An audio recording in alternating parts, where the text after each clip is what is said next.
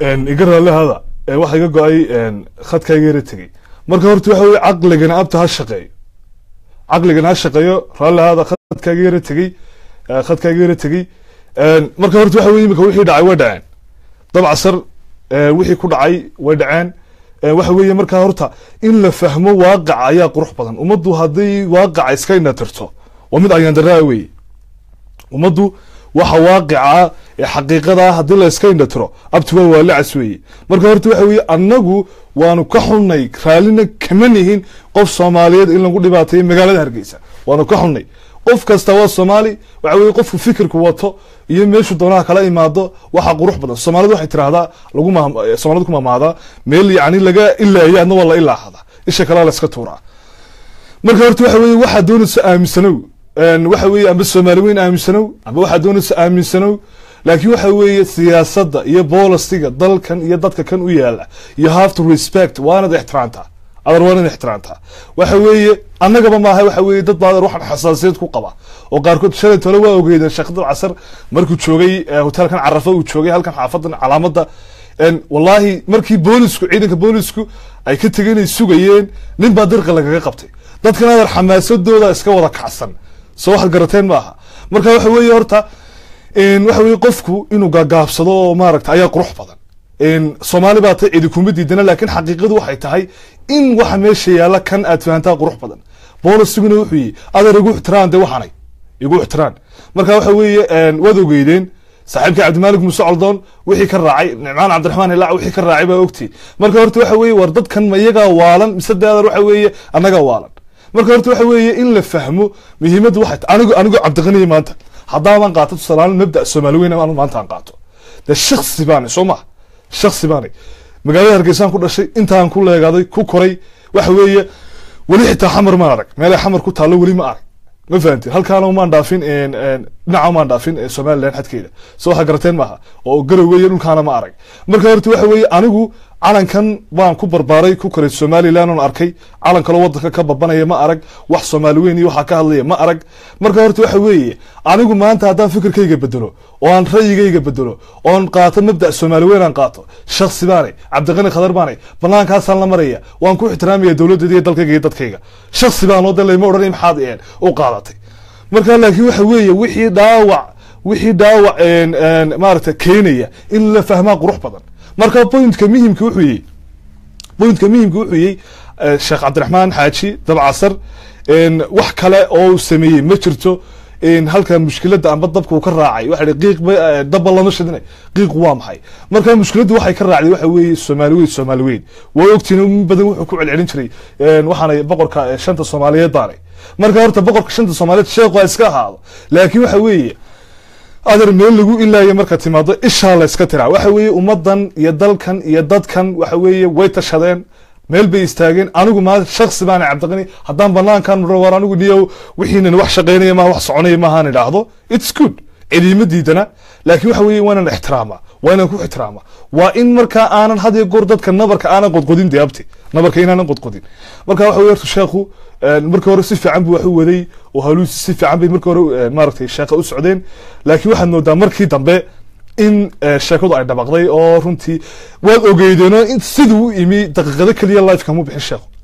daqiiqado kaliya live kamu bixin oo ku celcelinayay in badan baa runtii la aamusnaa anu waan u baqayay sheekho waan u baqayay waan garanayay runtii inay tanoo kale iman karto waan garanayay runtii oo waa Soomaalidu waxa ku maamaadaa maaragtay dinima waxa joogan waxa soo socda ma garto marka horta sheekhu fikirkiisa waa xor ciidama diidana laakiin waxa weeye meesha aad joogto you have to know meesha aad joogto you have to know Soomaali weyn maanta hadaa doonayso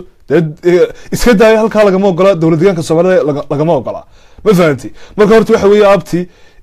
anigu dhalinyaro haddaan nahay waan ku xunay sheekha waxa ku dhacay laakiin haddana dadku waaqac jiray mushkiladda iyo halka maaragtay ay wax ka bilaabeen fahmaan qurux badan daanu ma garanayo sheekha de kulay tol iyo dad buu leeyahay carruur buu leeyahay xaban maqlayay carruurtiisa magaalada Hargeysa degan marka horta waxa fiican sheekha in la qabtaa qurux badan Soomaalidu wax ku maamada sheekhan wax ay iyo wax qadaf u geysan maayo laakiin waxa weeye horta bolos in sheekhu Mareykan buu ka imi Soomaaliya in badan buu ka maqnaa waxba ka garan maayo siyaasadan iyo hawlahan social media suu sheekhu ka soo hadli jiray marka waaqicu wuxuu yahay abti maxaa يعني كاني إن شيخ ما أعرف نبكي لو جيست أمر لدلا أمر لا يعني لا عين تلاقي لو جيست مرة هرت هذا بنقول حني إمك الشيخ طبعا عصر هالكو كودن بي يا هيا يولد شوجا يا حقو we don't know ما قرنينه لكن هو الصومالية إن ده قعدت ذيك كشران كل واحد ولد تمرد الصومالية واحد يبلو ما جيسني واحد قذف له ما جيسني لكن قفك واحد قروح بدن إن ويسمونه فهموا بوينت كميشي يعني بوينت كميشي يعني مركان قف كاستا oo Soomaaliyeed oo imaada magaalada Hargeysa ama meel kale imaada ama Gabil ama Berbera ama meeshu doonay ha joogeen oo imaada uu soo galaya fiisa ku soo gali maayo wax kalena ku soo gali maayo waa qof Soomaaliyeed la oran maayo aad xageed ka timi marka horta waxa weeye in la fahmo siyaasadii meesha taalay ina boolisiba yaalo 27 sano muddo ka badan baan halka taagnay oo iskay maaragtay runtii aan u taagnay waxa weeye in lagu ixtiraamo oo ayaa qurux badan taasa muhiim ah marka horta waxa weeye cayda iyo mushkiladaha iyo waxyaalahan iyo qabiil baa la dilay iyo qabiil hebel baa san lagu sameeyay that's not the case abti waxa mushkiladu ma aha tamaha marka waxa weeye marka awal horeba daadar waxa weeye sheekhu de social media wuxuu ka soo oranayo uu ka oranayay maaragtay laakiin xaqiiqadu waxay tahay halkan Somaliland lagama ogola wax Soomaaliyeyn iyo wax noocaas oo ololeynaya wallahi baan banidi sheegnay magac ilaahay la beeto jirka magaalada Hargeysa jooga eedaday ayaa ka xanaaqaya runta wanaagsan soo xagarateen maaha marka horta waxa weeye Soomaaliyeyn Soomaali isku timaaday that's not the case waxa weeye adeer waa la kala gurtay meeshan siyaasad baa taala ummadana godoon bay iska hayd imikadana godoon bay ku jirtaa wax badan baa runtii la rajeynaya dawlad cusub baa wadanka ka dhalatay sheekh waxyaalaha ku hadlay waxa kamid ah musabixi baa ciidan ay soo diray musabixi baa idilaya runtii arno de waxa ka qaldan ma garanayo musabixi waa madaxweyne qaran maaha shakhsi isagu cid gaar si gaar u ataagaya marka marka horta waxa weeye dab casar waxa loo dilay de ciidan baa kulay iska caan dhaafeen waxa weeye waa ciidan waa iska taqaana ciidanku maanta aniga haday qabtaan oo wax qaldama lagu qabto daadar ciidan askari wax kale isagu ma qabto waxa weeye isagu wax dil un baa lagu dhiin askari ama wax garaac soo wax faantay ma aha marka shalay talo waa ogeydeen sheekhu markuu ku jiray aanay live-ka ku jiray ciidankuna soo raacbay ku yiraahdeen waan ku baahanay wuu diiday marka horta waxa weeye nin askariya oo qori wata oo dress xiran mabda uu doonayaba hoos socday mar hadduu kula war ina mari waan ku haystaa waa lagu haystaa waxa qurux badan aad u fiican inaad raacdo ayaa qurux badan sheekhu wuu diiday dadkii goobta ku sugnaana waad arkayseen oo waa wada daawanayseen waxay yiraahdeen waa bal haqadeeyay bal sidaaya marka horta askariga Soomaaliland jooga isagu cidna dhibaato ma geysanin mushkilada ma geysanin laakiin wixii amniga khalkhal gelinaya qadiyada Soomaaliland khalkhal gelinaya ayuu kulli askarigu lagu amraya amar baa la soo siinaya ma garatay marka horta waxa weeye Soomaaliyeyn iyo that's not the case abti waxan ma aha laakiin muhiimadu waxay point in la fahmo meeshan waxa ka dhacay wax kala ma aha dad casar cid kale waxba ma ahayn xumaan kale ma ahayn dadka shacbiga anigu aan kamid ahay dhalinyarada kamid ahay sidan u soo wada dhaweynay waa arkayseen qof kasta si fiican buu soo dhaweeyay dadka maaragtay runtii markii horena bulshada aad uga socon jiray ma shaqo kamid aha kulli wuxuu doonayay baa ku hadla fikirkiisa xor buu yahay laakiin haddana muhiimadu waxa weeye waxa meesha yaala adar haddaad siyaasadeeda ugu ixtiraamin de waxa weeye dhibaato ka soo gaadhaysa dhibaato ayaa ka soo gaadhaysa marka dadka imika maanta ololeynaya maxay isaaq baa dab casar dilay iyo maxay baa daarood baa caynkanaya war that's not the case abti waxa weeye dad la isku dhuftay iyo cid la iska hor keenay iyo de adar waxba ka faa'iidi maysan wallahi baan waxba laga faa'iidinay Soomaaliya qurux runta qurux badan waxba laga faa'iidi maayo wanaaga iyo walaalnimada in laga shaqeeyo qurux badan shakhsan waa shakhsi uu qaldamay qaladka uu galana qalad kala ma aha waxa weeye meeshan Somaliland lagama ogola waxa la yiraahdo Soomaaliyeyn lagama ogola ma fahanti anigu Cabdiqani shakhsi maanay fikirkaygan maanta waan bedeli karaa waxbaan yani fikirkaygu isbedeli karaa isbedel baa igu iman karaa marka horta waxa weeye xaqiiqadu waxay tahay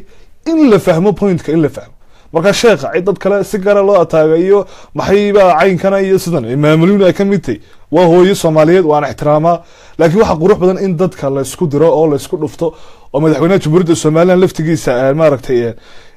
de la qadaf iyo maaragtay delqaaf loo geystaan wax qurux badan ma aha marka horta waxa weeye sheekhu qaladaadku sii galay waxa kamid ah iskabada markii waxana dhaceen qaladkan dhacay mushkiladu dhacday wixii dhacay dhaceen la soo daayay cagawini ay soo daayeen hotelkiisa ku noqday ayuu haddana live soo galay live soo galay ee ciyaa wuxuu yiri islaam baa iska howle helada inoo tuma marka horta waxa weeye soo baxbaa la sacbada leefisa waxa weeye waxa leeyahay bal waxaan naga daaba la leeyahay adeer oo martibaa tahay bal u kaadi baa la leeyahay oo waxa weeye uu sii wada marka horta dadyogiina waliba dhalinyarada u badan waxa weeye de qabiil iyo balaaye iyo waxaan la garanay ka sheekeynay abta horta idinkeedin daranta wallahi ayaan daraydan haystay mig ilaahay runtan idin sheegaya ayaan daraydan haysataa ayaan darada haystaana wax kala ma aha balaaye iyo baas baa leedku akhriyeenyo marka horta xaqiiqada waxay tahay Somaliland abti waa wadan iskii isu taago madax banaan weeye in anigu Cabdiqaniya maanta hadaan fikirkayga bedelo oo Soomaali weyn qaato de oran maayo Soomaali weyn baan qaatay oran maayo waayo waaqaca jira iyo waxaan garanayaa xaqiiqada meesha taalaan garanayaa goobta aan joogaan garanayaa halka aan taaganahay baan garanayaa nidaamka ka jiraan garanayaa waxa ka soconayaan garanayaa marka haddii aan Muqdisho tago oo barteeda inta live ka soo galo Soomaali weyn baan qaatay oo wax way cidida abti wax way xor baan oo marka laakiin waa ka yar baxay laakiin xaqiiqadu waxay tahay marka joogto abti goobtii marka joogto oo wixiina aan laga ogolayn oo dadka ay diidan yihiin de horta waa wax laga qurux badan yahay inaad ku celceliso Soomaali weyn ma fahanti marka horta waxa weeye sheekh marka hore si qurux badan buu wax u waday nidaamkiisa uu fiicnaa laakiin waxyaalaha maaragtay imika igu kalifay waqtigan in live soo galo hawlahayga ka badnaa in waqtigan live soo galo igu kalifay waxa weeye waxyaalaha social media la isla dhaxmarayo marka horta waxa weeye abti in la fahmo muhiimka point-ku ma qurux badan in maanta inigu qabiil iyo maxay iskuma haysano laakiin point-ku wuxuu yahay dadkani iyagu siyaasad bilay policy bilay maanta Djibouti waa taas halkaas waa iskeed bay taaganta waa dawladda caalamka laga ixtiraafsan weeye ma garatay haddaan intoon dad firadaan kula warniyo wixii waxba kama jiraan Soomaali weyn baan doonaynaa daabtu hadii la xiro aan la jirdilo abti it's my fault waa qaladkayga aniga weeye waa qaladkayga marka horta waxa qurux badan point-ka inay fahantaan marka dab casar de kulli say wax soo gaareen ba de ilaahay baa og waa kii halkan bahal buu iska yar duubay xoogaa oo wuxuu lahaa waa la jirdilay oo madaxa dhigi kaga furan yahay qof madaxa dhigi kaga furan yahay oo bukaana oo jiifa oo serious oo haddana live soo gala de abti maanan arag marka sheekh laftigiisu xaqiiqada haddaynu ka wada hadalno wuxuu wadaa isku dhufasho iyo film buu wadaa wuxuu doonayaa dad yowgan inuu isku dhufto marka horta waxa weeye islaantan maamuliyun le afar madaxweyne oo maxay daarooda baa jooga cabdi maxamed cumar iyo cabdiwali gaas iyo kan kale halkan iyo ay leedahay hooyo horta waxaan kuu sheegayaa maamuliyunay dadkani waxaan way ka tegeen qof weyn baa tahay waxa qurux badan waxaanu kaa qarno oo qurux badan islaam weyn baa tahay hooyada leg cadaalad kaba weynaynba marka waxa qurux badan horta in aad dadka wax fiican gaarsiiso marka hooyo waxaan ku leeyahay adiga siyaasadan iyo waxaan iskaga bax waxa lagu qaatay hawlaha kale lagu qaatay aad ka sheekeynaysay marka waxa qurux badan horta waxba islaantaan ayaan la caayino maaragtay dhibaato iyo qadaf loo geysanin dad badan oo imika waxaan arkay live soo galay Facebook oo islaanta maamuliyun laftigeeda caayay oo iyaga laftigooda dhibaato iyo aflagaado u geysanay marka waxba ayaan la caayin hal iska daayo Somaliland iyo fikirkeeda iyo mabdaeedu xor bay u tahay cidna oo daba fadhiisan mayso shakhsigii isagu fikir gaar ah qaata isagu mabdiisa bedela de abti isaga u taala marka horta waxa weeye in dadkan la isku dhufanayo la iska daayo marka abti dadkiina naarafuufka ee social media la soo taagan inay cid isku diraan horta waxa weeye ilaahay baa idinka jisaaysiinay ka helaysaan ma garatay dab casar bay noqotay dab casar Soomaaliland uu ku faanayay wuu joogay laakiin waxa weeye sheekha ma garanay in farxadii ka badbadisay oo qofka waxa la yiraahdaa farxadu marka ka yara badbadiso xoogaa qofku xadkiisa ayuu ka talaabaa marka horta waxa weeye Soomaaliyeed in runta la isu sheegaa qurux badan Somaliland iyo hawlaheeda iyo nidaamkeeda iyo dawladnimadeedu dawlad cusub aanu dhisanay madaxweyne cusub aanu dooranay runtii waxa weeye waxa qurux badan in lagu ixtiraamo waxaan aaminsanahay baa qurux badan waxaan aaminsanahay maanta anigu Cabdiqani haddaan ka hadlo xaqiiqadan aan ka hadlo Somaliland 7 sano ka badan ay taagneyd waxa weeye waa ogtiin dawlad federaal iyo maxay iyo waxan iyo dagaalo iyo mushkilado anaga maysan ahayn maaragtay haabkayga maysan ahayn marka horta waxa weeye dadkan marka la leeyahay maxay isaaq laan iyo maxay laan iyo waraadar isaaqlan halkan isaaqoo kaliya ma dego beelo badan baa wada dega dad badan oo walaalaa baa wada dega ciisa dega gudubirsi baa dega isaaq baa dega dhulbahantaa dega warsangeli baa dega beelo kaloo fara badan baa dega marka horta waxa weeye caqligiina ha shaqeeyo haddii aad mar walba xumaan ka sheekaysaan oo balaayo iyo baas ka sheekaysaan midda kale how long waxa weeye islaantan maxay ahayd ii sheeg maamalyuun waayo waan ku ixtiraamaa laakiin waxa qurux badan hadallada xanafta leh eed ku hadlayso iyo waxyaalaha dhiilada leh eed ku hadlayso waa lagaga qurux badan yahay baan ku leeyahay runtii dab casar dhammaan diidin inuu nin tolkaa yahay anigana waa nin tolkaa waa nin soomaaliyeed weeye waa qof islaama marka laga imaado wallahi bilaahi tallahi sidii maaragtay laab wanaag ahayd ee ka shaxaaran lahayd aan u soo dhaweynay lagama sheekeeyaan waxa weeye laakiin anigoo weliba ogaa dab casar marka baraha bulshada dadka aadka ku taxan baan hadda u jiray waxyaaluhu baraha bulshada ka odhan jiray haddana waxaan isiri waa nin martiya soo dhaweey oo waxa weeye martidu mudanti gaaray mudantay qofka markuu qofku marti yahay wuxuu leeyahay mudanti gaar qofku ayuu mudan yahay marka horta dab casar waxa weeye halkay mushkiladu ka raacday waxaan oo dhiba u keenay mushkiladan intaa laga ka raacday wax kale ma aha waa Soomaali weyn marka horta Soomaali maxameday way daawanaysaane Soomaali maxameday waad daawanaysaan horta dab casar wuu qaldanaa mid buu ku qaldanaa wuxuu ku qaldanaa waa la soo dhaweeyay waa ogeydeen Cabdimaalik Muuse Coldoon sidii u soo dhaweeyay waa ogeydeen wariye Bakayle sidii u soo dhaweeyay waa ogeydeen dad qof kasta oo magaalada Hargeysa meel kaga soo baxa dab casar kaliya la maartay u soo dhaweeyay u salaamiyay ma fahanteen runta markan ku wada hadallo dab casar mu hay sheekh muftiya oo quraan meel ka mariya oo xadiis meel ka mariya muusan hayn waan iska wada naqaana pointidu ka hadliyo waxyaalo ka hadliyo laakiin that's not the case qofku xor buu yahay waa xor laakiin qofku markuu ku imaado uu maaragtay ku buunbuuniyo waxaad noodaa marka hore buunbuuni fara badan buu dab casar sameeyay waa run waan ogeyn dab buunbuuni fara badan buu sameeyay Somaliland laakiin waxaad noodaa in markii dambe ay wax yara baxaan inuu dhex raaciyay wax la Soomaali weyn wax noocaas marka horta waxa weeye abti baraaruga waxa weeye waxa lagu 2018 baa la galaya marka horta waxa weeye dadkan way talaabsadeen anigoo Cabdiqaniya maanta fikirkayga waan bedeli karaa qof waxa iskayban oran karaa anigu waan kaba soo horjeedaa Somaliland tani waxan laakiin wayna banaanka la mara amba wayna waxay waayahayga laabta ku haystaa Soomaalida wax ku mahmaado waayaha laabtaada ku hayso marka horta qofku waxa qurux badan inuu waayihiisa laabta ku haysto waayo halkan lagama ogola waxa la yiraahdo Soomaali weyn halka waxa ka shaqeeya waxa la yiraahdo Somaliland waan idin ku celcelinaya Somaliland baa ka shaqeysa marka Somaliland iyo nidaamkeeda iyo dimuqraadiyadeeda iyo nabadgelyadeeda iyo amnigeeda wax alla wixii ka soo imaaratay lid ku noqonaya gacan biraan ku qabanayna gacan biraan iskaga qabanayna anigu koonfurna caayimaayo gobolada kale Soomaaliya caayimaayo qabiil gaara cid imaarta qadaf iyo dalqaf u geysan maayo laakiin waxaan ku sheegayaa waxaan aaminsanahay aan 7 ka sano iyo ka badan aan anigu aaminsanaa dhisanayay dhaqanayay duurka u galay u dagaalamayay maaragtaan qoriga u qaatay aan maaragtay dhaqaalaha iyo adduunka iyo waqtiga iyo cimriga lagu bixiyay ayaa aayar intoo timaado aad ku celcelinaysa waan ku ixtiraamay martiba tahay waxaan ku uri welcome gamca furan ku soo dhawo baa ku uri welcome baan ku uri laakiin waad ka badbadisay waan ku ixtiraamay waan ka xishooday waad ku celcelisay waad qodqoday Hargeysa oo dhamaad dhex marmartay telefoon baad qaadatay live baad soo gashay oo Somali way that's not the case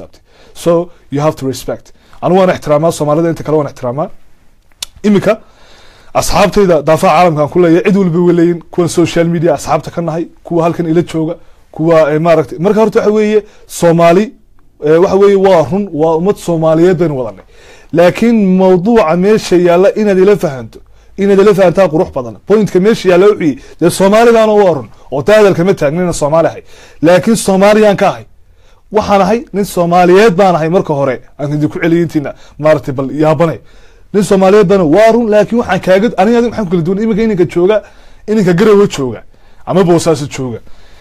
iyo ininka Hargeysa jooga maxay ku kala duwan yihiin waxba kuma kala duwana waa run waa Soomaali waxaaba laga yaabaa maybe in wax isku noqdaan waxaaba laga yaabaa maybe inay seediisu yihiin waxaaba laga yaabaa in ay kala qabaan baa laga yaabaa ma fahamtay bari waxa dhici kartaa in yani aan Garowe ka guursado aan ka guursado boosaaso ka guursado aan maaragtay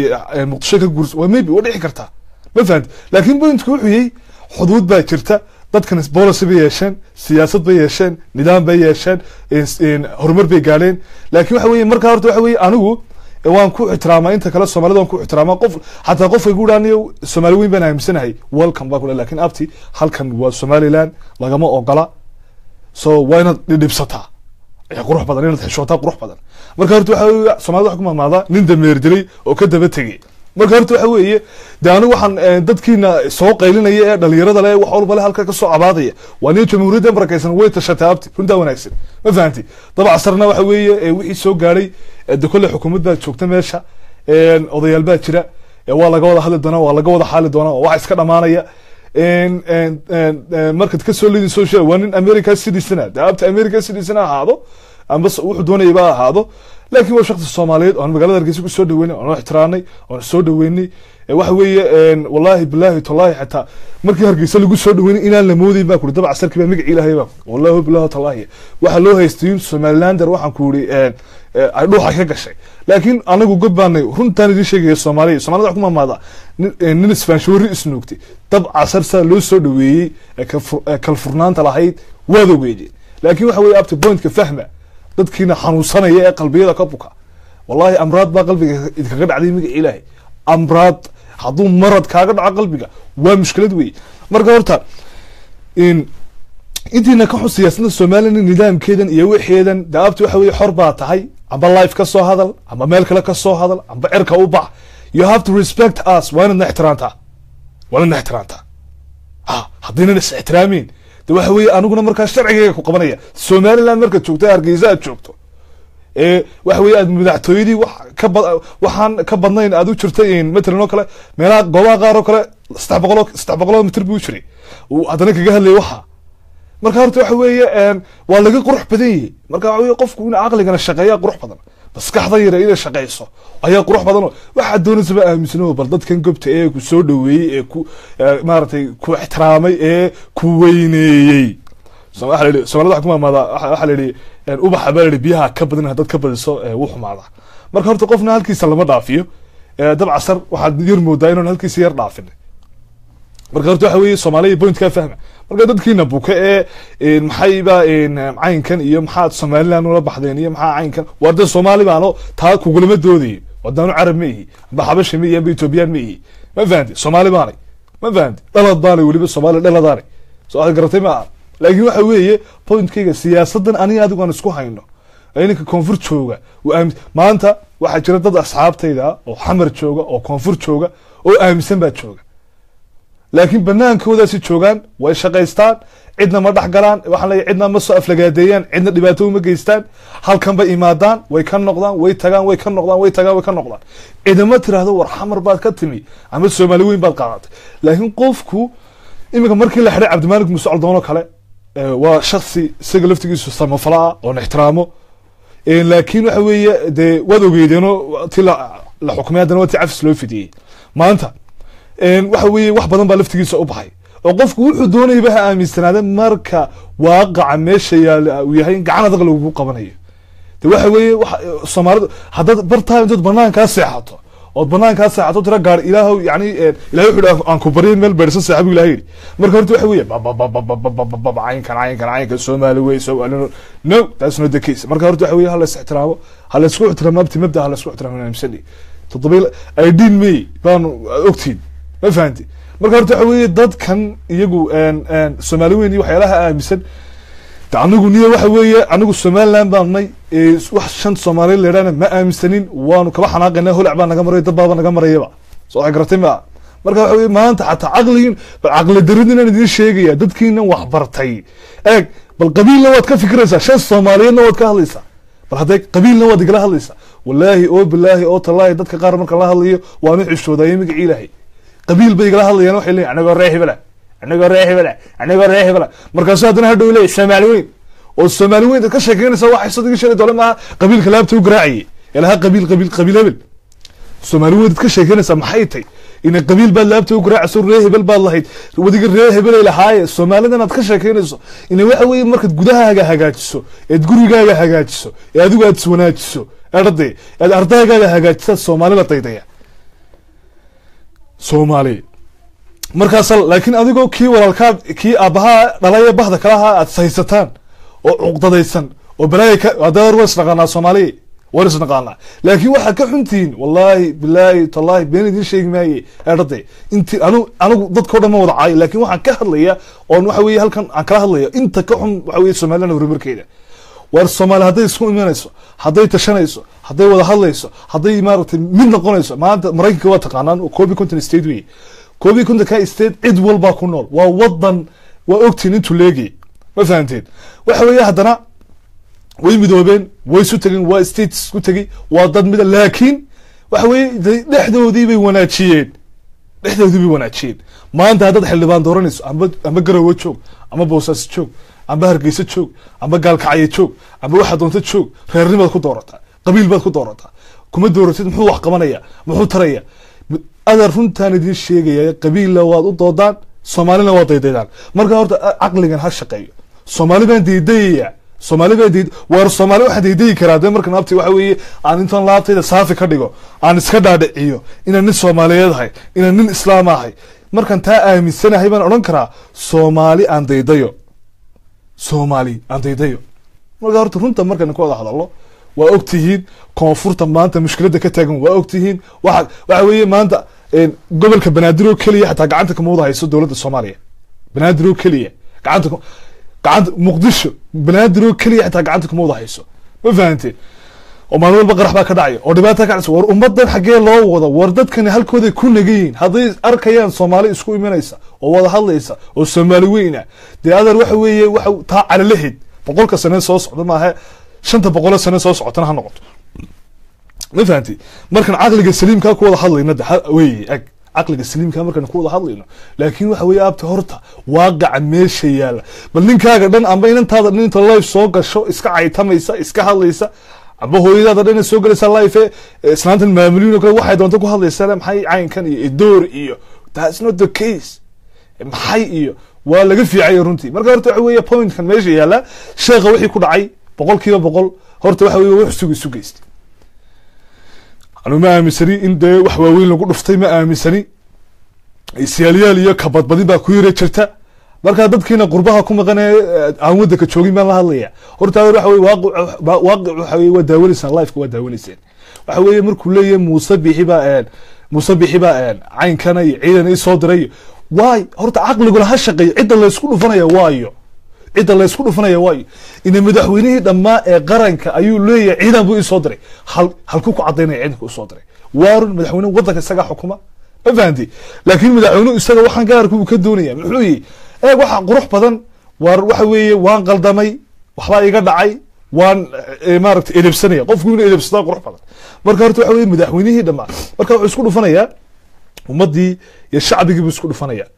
marka horta waxa weeye maanta anigu Cabdiqani ahaan shakhsiyan baanay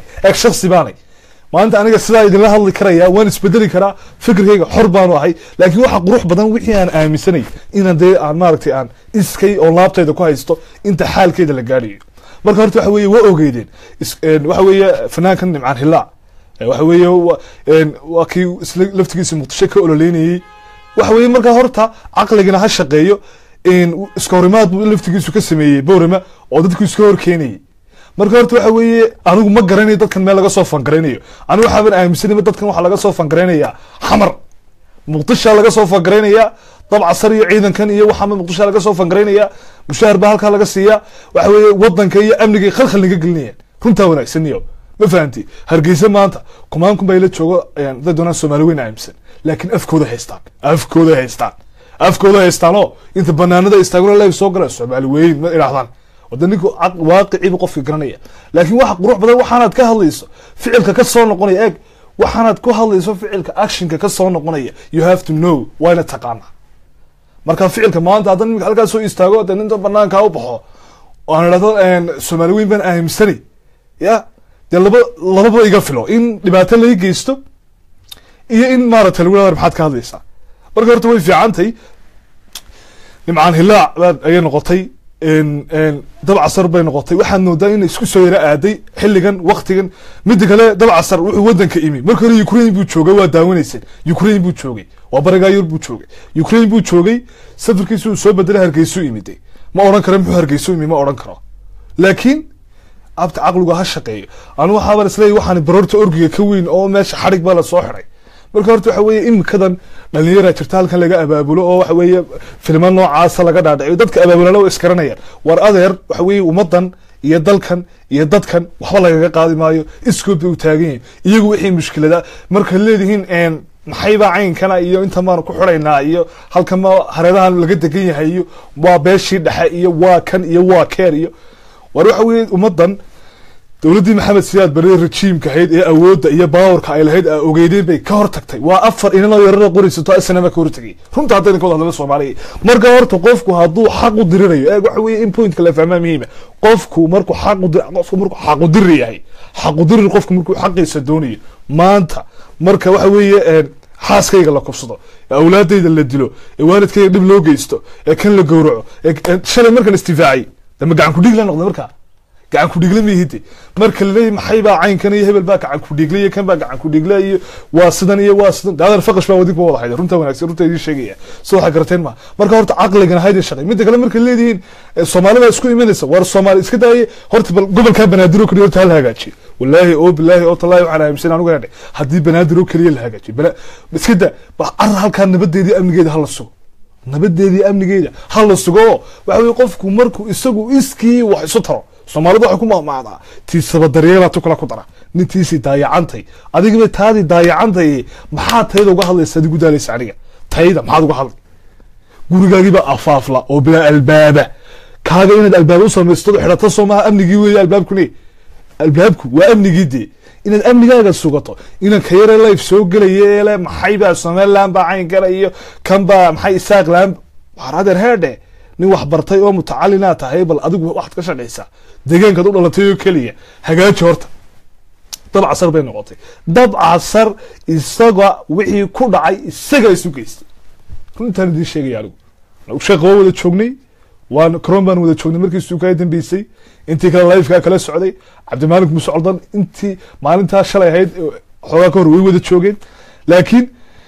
waxa weeye xaqiiqada marka laga wada hadlayo adeer waxa weeye mabda'an Soomaali weyn iyo waxan ummadan xasaasiyad bay ka qabtaa waqti xadirkana way ka xanaaqaysa mana ogolinayo marka horta waxa madaxweynaha la doortay bay noqotay Muuse Biixi Cabdi mudane madaxweyne waxaan ku leeyahay cid kasta oo waxa weeye ka soo horjeeda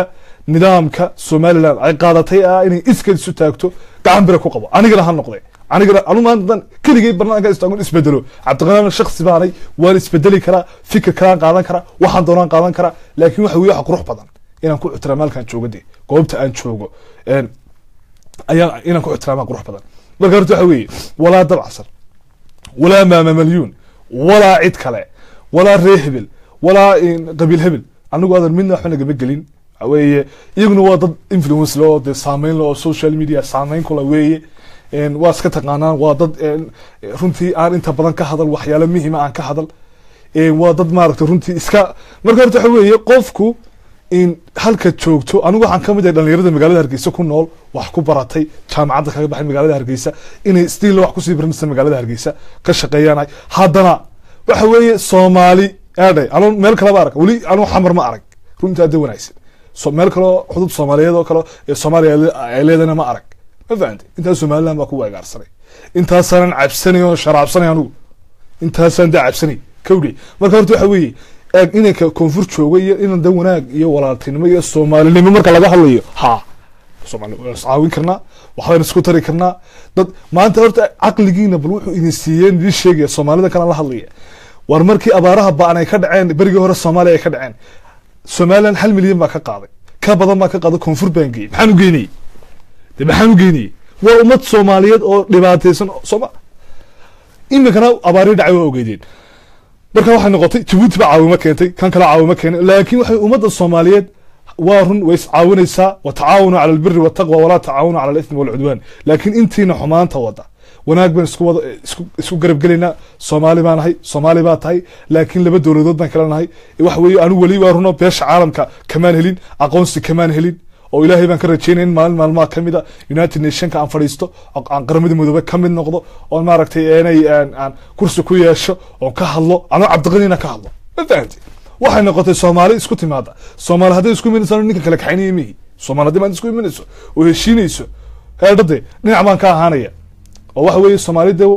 waan garab galaya laakiin waxa weeye Soomaali isku imanaysa abti waqtigan ma jirto marka waxa weeye nabadaydi waxa weeye ciidan baan leeyahay ciidan bad baan leeyahay oo kuwa bari baan leeyahay oo waxa weeye police baan leeyahay oo asluub baan leeyahay dhaqaalaan ku bixiya waxa weeye cashuurta laga qaado islaanta yar ee tamaandhada magaalada Hargeysa ku iibisa iyo tacaanaha maalinta duurka magaalada la wareegta ayaa cashuur laga qaada intaasi oo dhan waxaan ku maareeya wax kala ma aha waa mushaarka ciidanka ku maareeya ma fahanti marka horta waxa weeye war anigu waxa weeye xaalkayga imika waqti xaadirkan qofku baa leeyahay yani imika libaax gaajaysan libaax gaajaysan haddii xayn ari amba xoolo ay meel ugu soo gashay muxuu sameynaya uu ku dhexdhacaya Soomaa marka maadaama oo waxa weeye aan Soomaali weyn iyo waxa aad ka sheekeynayso horta beer halka soo gashay waan iska rataa marka waxa weeye in markii baa lagu hadlay marka Soomaali isku imanaysa waxa weeye Soomaali abtu wada maqlaysa Soomaali dhigeysta wada maqlaysa Soomaali maanta haday isku imanayso waa wanaag ma faham Soomaali haday isku imanayso oo dawlad mid ay dhisanayso waa wanaag waa qurux weeye anigu marka maarta anigu shakhsiyan kama soo horjeedo laakiin waxa weeye waaqic la marayo iyo halka la taagan yahay iyo goobta la joogo iyo waqtiga la marayo dawaan la taala garwaaqsada ta in la fahmaa qurux badan marka horta Soomaali waxa dhacday waxa weeye way kala tagtay laba isku imiday labadii way isfahmi waayeen way kala gurteen wixii ka dhacay baa ayaa ogeydeen dagaal baa ka dhacay dhiiq waliba dagaalka ka dhacay maaha waa mid annagana lagu xasuuqay waa ma fahanti laakiin de waa la istifaacay ilaahayna xaq dirarkii waa guuleeyay intiina la dawladda Islam qabtay Soomaaliland horta Islam markii hore waxa ahayd Somali National Movement bay ahayd ma fahanti laakiin waxa weeye markii dambe aanu tashanay anagu beelay Somaliland yaalay ayaanu la baxnay magaca Somaliland iyo nidaamkan iyo waxyaalahan aanu qaadanay oo wada tashanay oo maaragtay meel wada marnay in bakada laftigeeda noqotay inta tafraaruq ka wada buurama awdal waa istaqaanaan hadda uqaaltihiin iyo hadda dhaliiratihiin we know you waan ognayniyo soo hagarteen ma laakiin waa idin dul qaadanaynaa waxaan leenahay bal u kaadiyaan leenahay waan idin dul qaadanaynaa waxa weeye Soomaalida waxa ku mahmaada hadaan la kala rooraan romado runta Soomaaliyeed sheegaya been baa isugu sheekeynaysa Soomaali isku imanaysa ma jirto shan Soomaaliyeed ma jirto maxaad Soomaali ku doonay adigii baa taadi baa dayacan maxaad mid kale ku diidaysa waxa Ilaahay bay nagu dhaareenin isagii dharla oo qaawan aade hadduu aniga leeyahay baa dhar xidha karo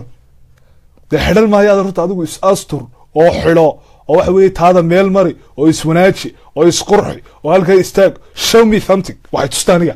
aniga waxay tus marka waxay tustaa taabti waa ka dawlad baa lahay calan baa waa ka nidaam baan leeyahay waxay la qaybso wanaag la qaybso walaaltinimo waxay la qaybso absolutely oo galay markaas waxa weeye marka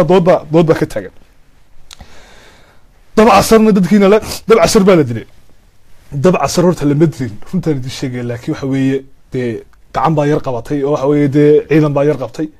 waa la yara jugay xooga waxa weeye laakiin de ilma caruur la qabto la buriyay maaha laakiin waxyaalahan kale madaxa ku soo deebto ayinkan maxay iyo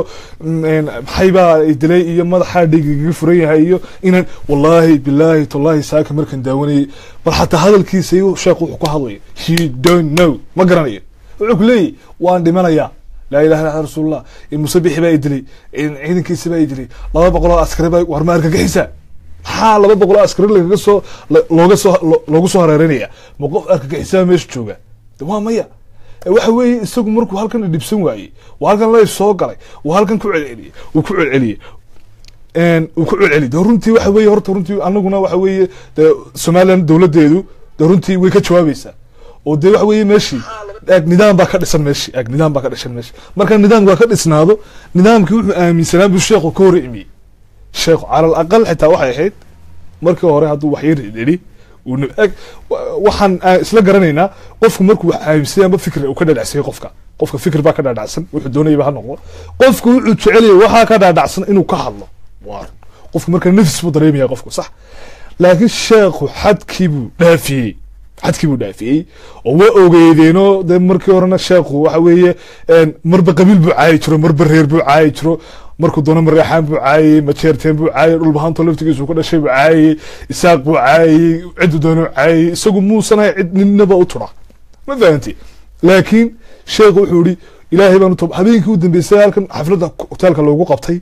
tigdhaal loo goosanayey waxa weye karoon baa looga abaabulayay in intaasoo dhan waxay ahayd in anigu aan soo dhaweyno ixtiraamno bal xitaa isagoon wacdi diiniya ka sheekeynayn oo wax kale ka hadlayn oon leenahay bal wixii shaqaad ka hadlaysa kaba hadalo oo bal isaga niyadda u dhisayno oon ixtiraamayno ayuuna ixtiraami waayey marka horta dhalinyaradu waxa weeye horta meesha abta pointka yaallaa wuxuu yahayuun sheekha mushkiladan ku dhacday iyo waxyaalahan oo dhan isagun baa isu keenay cid allaala iyo cid uu maanta eersanayo uu sheekh dad casar leeyahay waxa weeye markuu leeyahay odayaal waxaan maqlay odayaal baa gelaya de odayaashu hadday gelayaan waa halkeeda waa la soomaalidu geel bay kala dhici jirtay waxbaa ku dhici jiray laakiin dab casar dee abta ninaba kama weyna waa shaksi soomaaliyeed waa nin odaya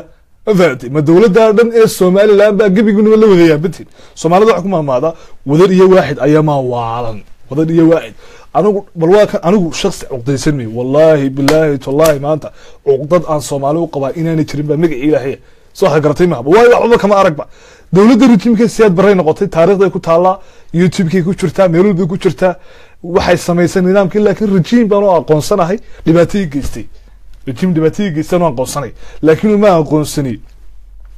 shakhs ma aqoonsani in maanta koonfur soomaalida koonfurta ama cid kale dhibaatayii geystay ma fahanti laakiin xukuumad ama rejim markaa waddanka soo maray oo cid walba lahaa oo cid kastaa ku jirtay oo cid kastaa ka mid ahayd oo qaar isaaq ay ugu tun waaweynayeen baa ku jiray laakiin wixii dhacay waa dhaceen dadku waa tashaday waa isku tegey waa iska difaacay nabad baa la gaadhay calan baa la samaystay laa ilaaha ila allah laa ilaaha ila allah muxamadun rasuulullah calan ay ku qorantay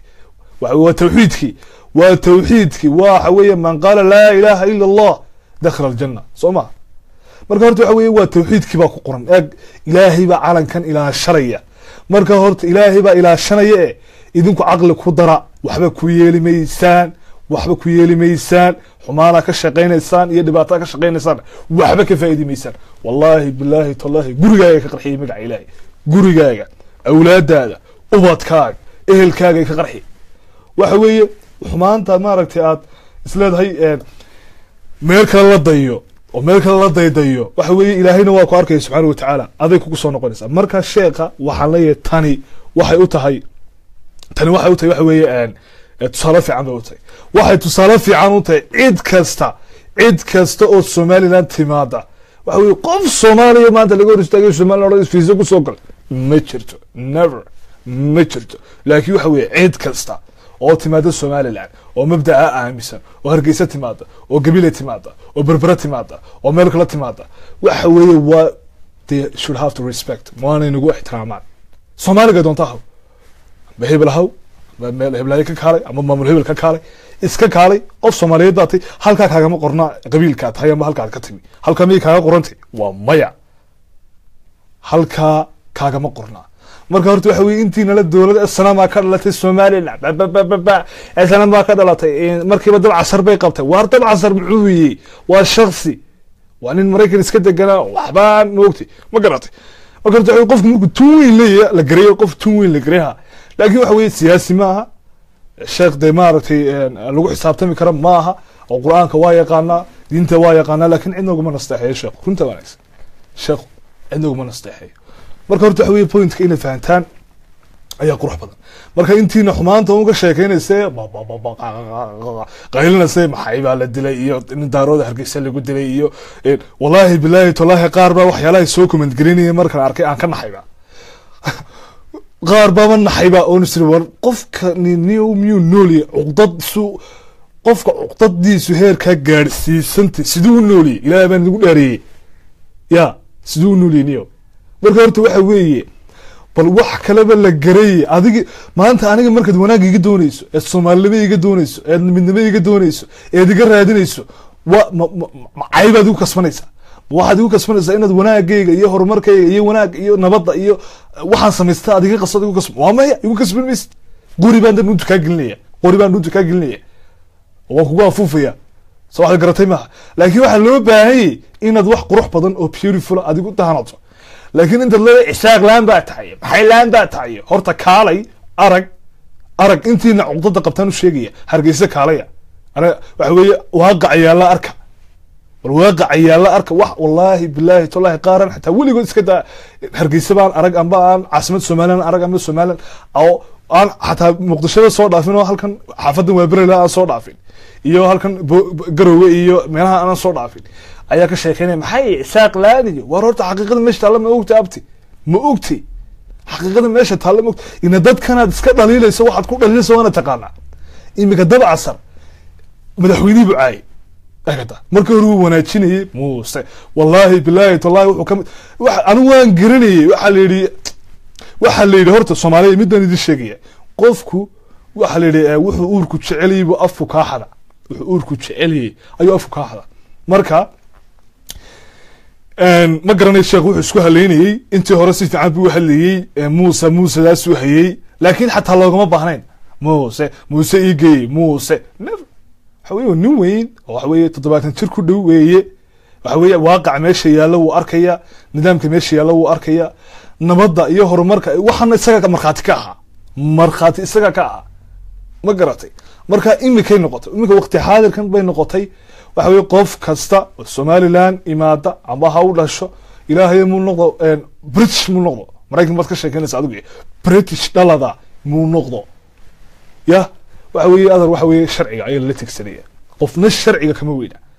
marka horta dab casar xaqiiqada markan ka wada hadlayno ilaahay ka baqanayna Soomaaliya xaqiiqada markan ka wada hadlayno in ilaahay ka baqanayno dab casar isku dhufashu yimi wallahi billahi tallahi isku dhufashu yimi soo magaci ilaahay ma boqol laga tagay isku dhufashu yimi wallahi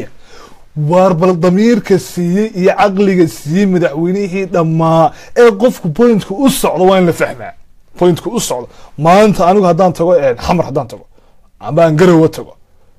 eekada hadaan xamar tago maanta anigu oo dhibaato la igu geystan aaminsan Soomaaliland calanka Soomaaliland qaato waarun oo iyaguna waxa laga yaabaa in dhibiga soo gaadho waxay doonayaan inaana koga inay doonayaan in dhibaato geystaan laakiin hadana farmaajo waxyeeleeyo ciidanka ay soo diray that's not the case waxa laga yaabaa askari halka banaanka taagna inuu markiiba iga jirdiido uu ninkan waxay Soomaaliland meesha wax la maraya marka horta qofku waxa weeye عدب عصر محبيا هذا الكده مارت أنا هذا الكددين اسكو دفشو إمي والله وأنا وحكي لو من باكل تجد كيس يفيسه يوحي سنة ولا سوف نجريني بالمالية حقيقة هذا مشت الله مدحوينه ده ما أقرب كل هذا ولا عيدا بو الصدر عيدا كم مصبعي بالهرت هذا الكلام مال وقاضة هذا الكلام يدوك عجي بالهذا الكلام ميل جيه وبالهذا الكلام ميل جيه مركولي عيدا كم مصبعي بقى عيدا الصدر ورا مصبعي ما يمكن ما نوهين مدحوينه قرنك مين نوهين مدحوينه قرنك Somaliland dooratay waxa weey codka iyo aqlabiyada la yaabay ku soo baxay miyano hayn kaade boqolkiiba 750 buu ku soo baxay aqlabiyadii Somaliland baa dooratay ummadii baa dooratay madaxweynaha waxa weeye mansab ayuu hadda taagay madaxtinimo shalay Muuse taqaanadii ma aha in xisbiga gudoomiyaha ka ahaa maanta Muuse waa madaxweyne qaran weeye ummadda dooratay waxa weeye madaxweyne qaran milga iyo sharaf buu geeyaa لكن سيدي إنا يرو تشبه أياد الله الله يسلم مدحوينه الله موسى بحبا درونتا بلدك حكي لي أنا يستحقق لك الله إن رده في عنه حقق لك الله ضد كان يقول لي اسكو صور كرنا هي وحوي قلبي قود نوديني كرنا يان يقولوا لي بابا هي تعال عندها اسكترين بالواقع إن عقلي بقى الله ذا كان قف حسابته ما يعطي محام مدحوينها دم جمهورية الصومال إمي كذا لفت جيد أيو كيس كوين سيكليه runtaan deeyay sheegay anigu kiisku imika gelayo kiiska weyn buu gelaya oo waxa weeye madaxweynihii dhamaa ee ummadani dooratay ayuu aflagaadeynaya uu leeyahay Muuse ay soo diray isaga laftigiisu xataa wuxuu ku hadlay iskaran maayo shaqo aan ma garanayo darbadii ka bateende ma garanayo darbadiina ka bateen ma garanayo laakiin sheekhu wuxuu ku hadlayo iyo qowlkiisa iyo waxaan afkiisa ka soo baxay qofka waxa qurux badan dhagihiisa iyo afkiisa wixii ka soo baxaya inuu qofku ismaqlayo qurux badan أنا قفك شلي مركو عن لتشوجني كرون أنا كشيء عن كرون لتشوجني وموس والله اللي في كيس بالدواء عطا كلي بقى صوت ضبون ولا تشوجنو إذا صحافي معني وأنا احترامي برنامج شوي شري مركا إذا إياه ما أعرفش عبد الملك المسعودون ما مريم المرسل عن قابته كل السجنين إن وحوي I don't believe in طبعا صار مركا شخص جوها لكن وحنكون احترامي قفك يبان كون احترامي ma fahanti marka horta waxa qof kasta Soomaaliya qof kasta sidii baa loola socda sidii ayaa loola socda marka horta waxa weeye haddaynu dhahay iska soo ridno war ummadan bal maxaa la idinka siiya ummad madaxweynaha baa idinka baxsala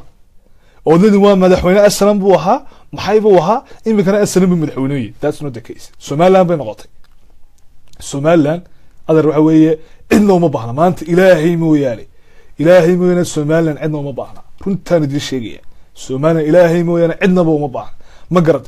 intiina qabiilnimadu ka hadlinaysa qabiilka maartay nagu dureysay noqotay qabiilka nagu dureysa war horta waxa weeye wallahi oo billahi oo tallaahi maanta halka waxaan ku soo gaarnay wax kala ma waa samir waa wanaag waa niyad xaalan ayaan ku soo gaarnay waa afis shalay markaanu waxa weeye waddanka la xoreeyay kuwii shalay tala qoriga nagala soo horjeedan cafinay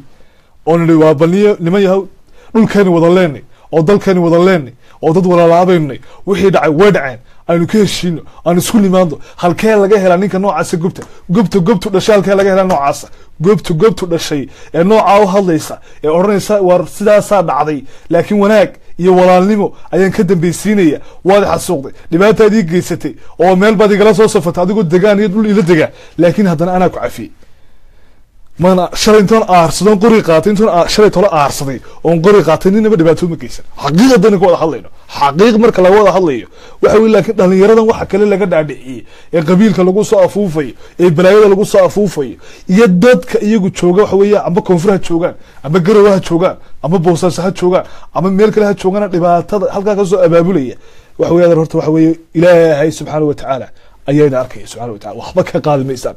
على كان هرت وحوي هلك وكل إلى ملك لما لا إله إلا الله محمد رسول الله وكقرن وعلى كي حوي وتوحيد كي بكقرن وتوحيد كي بكحرن ما قرأتي ظلمي بين نقطة أنا قلت ظلمي مو أقولين ظلمي جوا كهلينا وكدينا وكهري مننا عيد كست أبايا دير ظلمي عندنا بك ما قرانينا ما فهمت ظلمي وحوي ظلمات يوم القيامة ظلمي ما قروح بدنا ظلمي عيد كست عندنا والله جاها في الرماية ظلمي عندنا لو قهبر الماي لكن waxa qurux badan inaad fahanto point-ka uun ila faham point-ka u Soomaali aniga qabiil hay eegin inaan isaaq hay eegintay isaaq waan laakiin waxa weey Somaliland baan ahay beela kale ila daga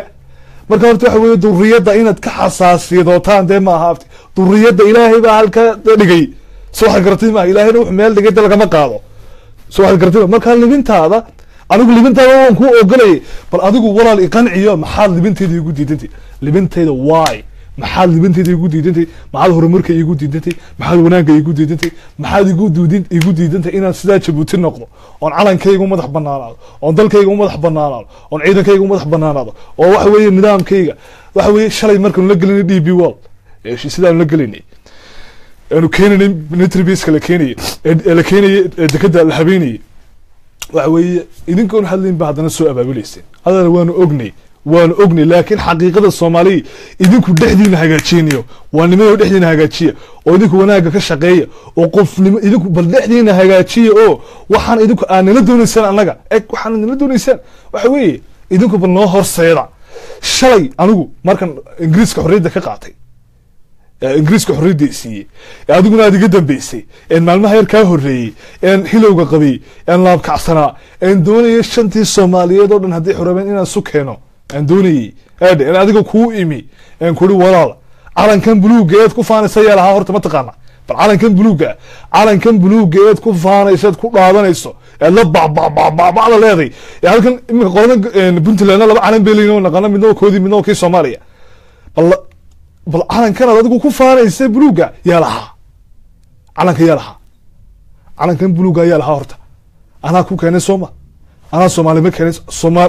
Soomaalinimo shalay ana raadinayay ana u hilow qabay ana deeday aniga rabay ana doonayay la fahanto laakiin wada la fahmi weli maanta noqotay aniga shalay kula doonaya maanta ka diiday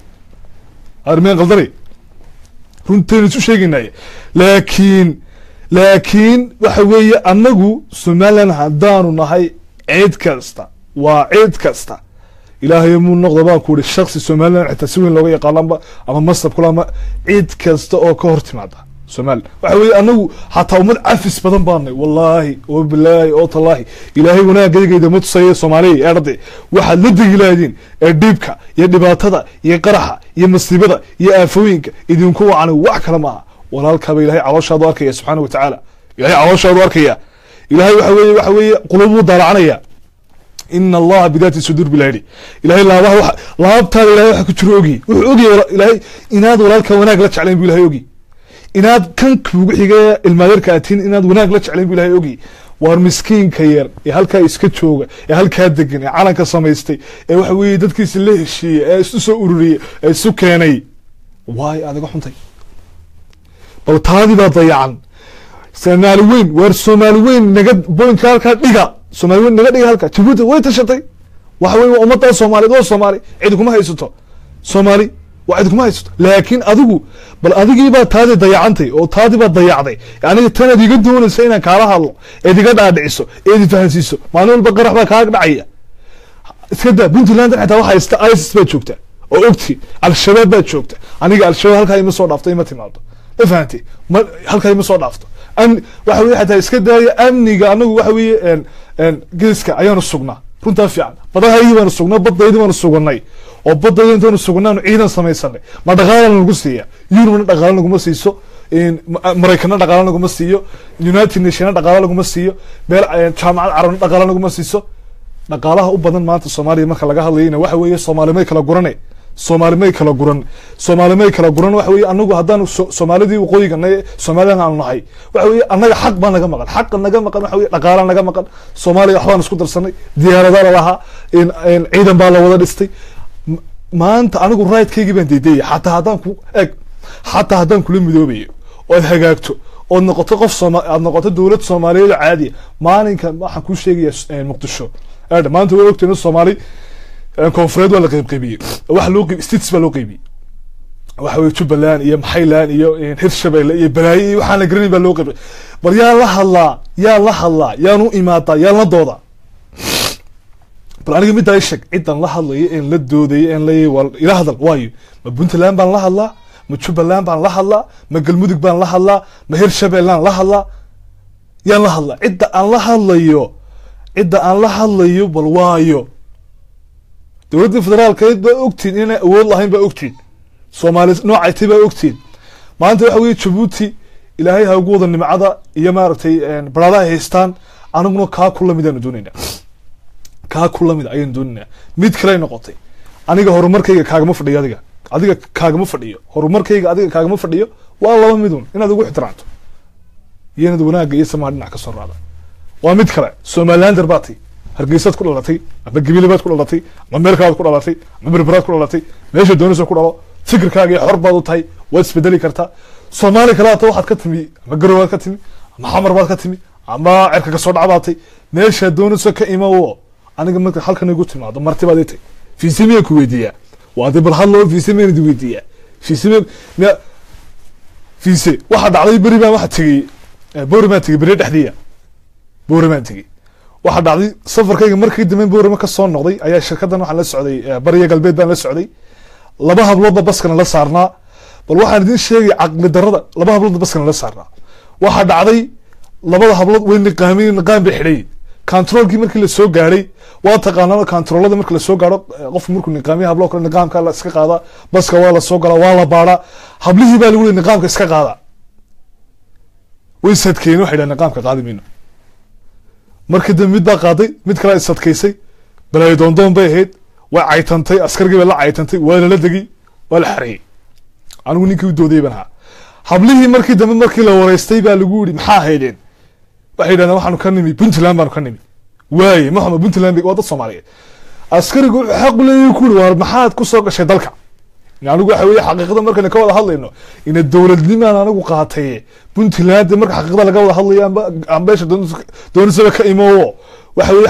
dalka inaad fiisa ku soo gashay fiisa ku weydiiyo oo ku yaar fiisaad wadanka ku soo gashay show me it is bad fahantay waxay tiri in wadanka maxaan ku soo galay ka sheekeynaysa anigu Somaliland oo Cabdiqani Khadara oo dhalay Hargeysa ku dhashay ayaa markan meel magaalada ka baxay Hargeysa ka baxay kaarka la weydiiya identity cardka ama national identity cardka amnigaygan ku sugaya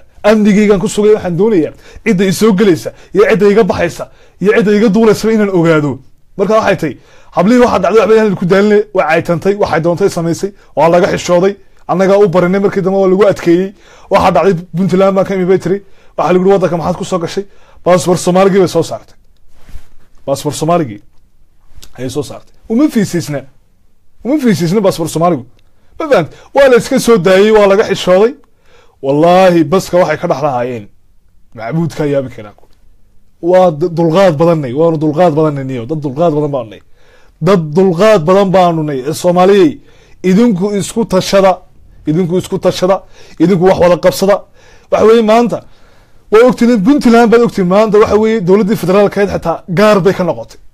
noqotay waxa weeye hawshada gaar bay wadataa ama db wala heshiisa la gasho war idinkiiba waxay Soomaaliya wax ku maamulada ay cunaysaa bal waraabiska ma celiso ay cunaysaa waraabiska ma dhiciso aniga wanaaga diga doonayso walaatinimada diga doonayso wanaaga diga doonayso horta adigu ituso iyo horseedo waxa weeye marka bal inta caaysan leeyahay isaaq laan baata ila dood aniga isoo hor fadhiiso iqancide min ragaatay iqanci aniga ila soo fadhiiso adoon caytamid oon iskululayn oon maaragtay qabiil la caayid oon cid kala caayid ila doodo nin ragaato aqoonyahan baad sheeganaysaa ila doodo life kaasan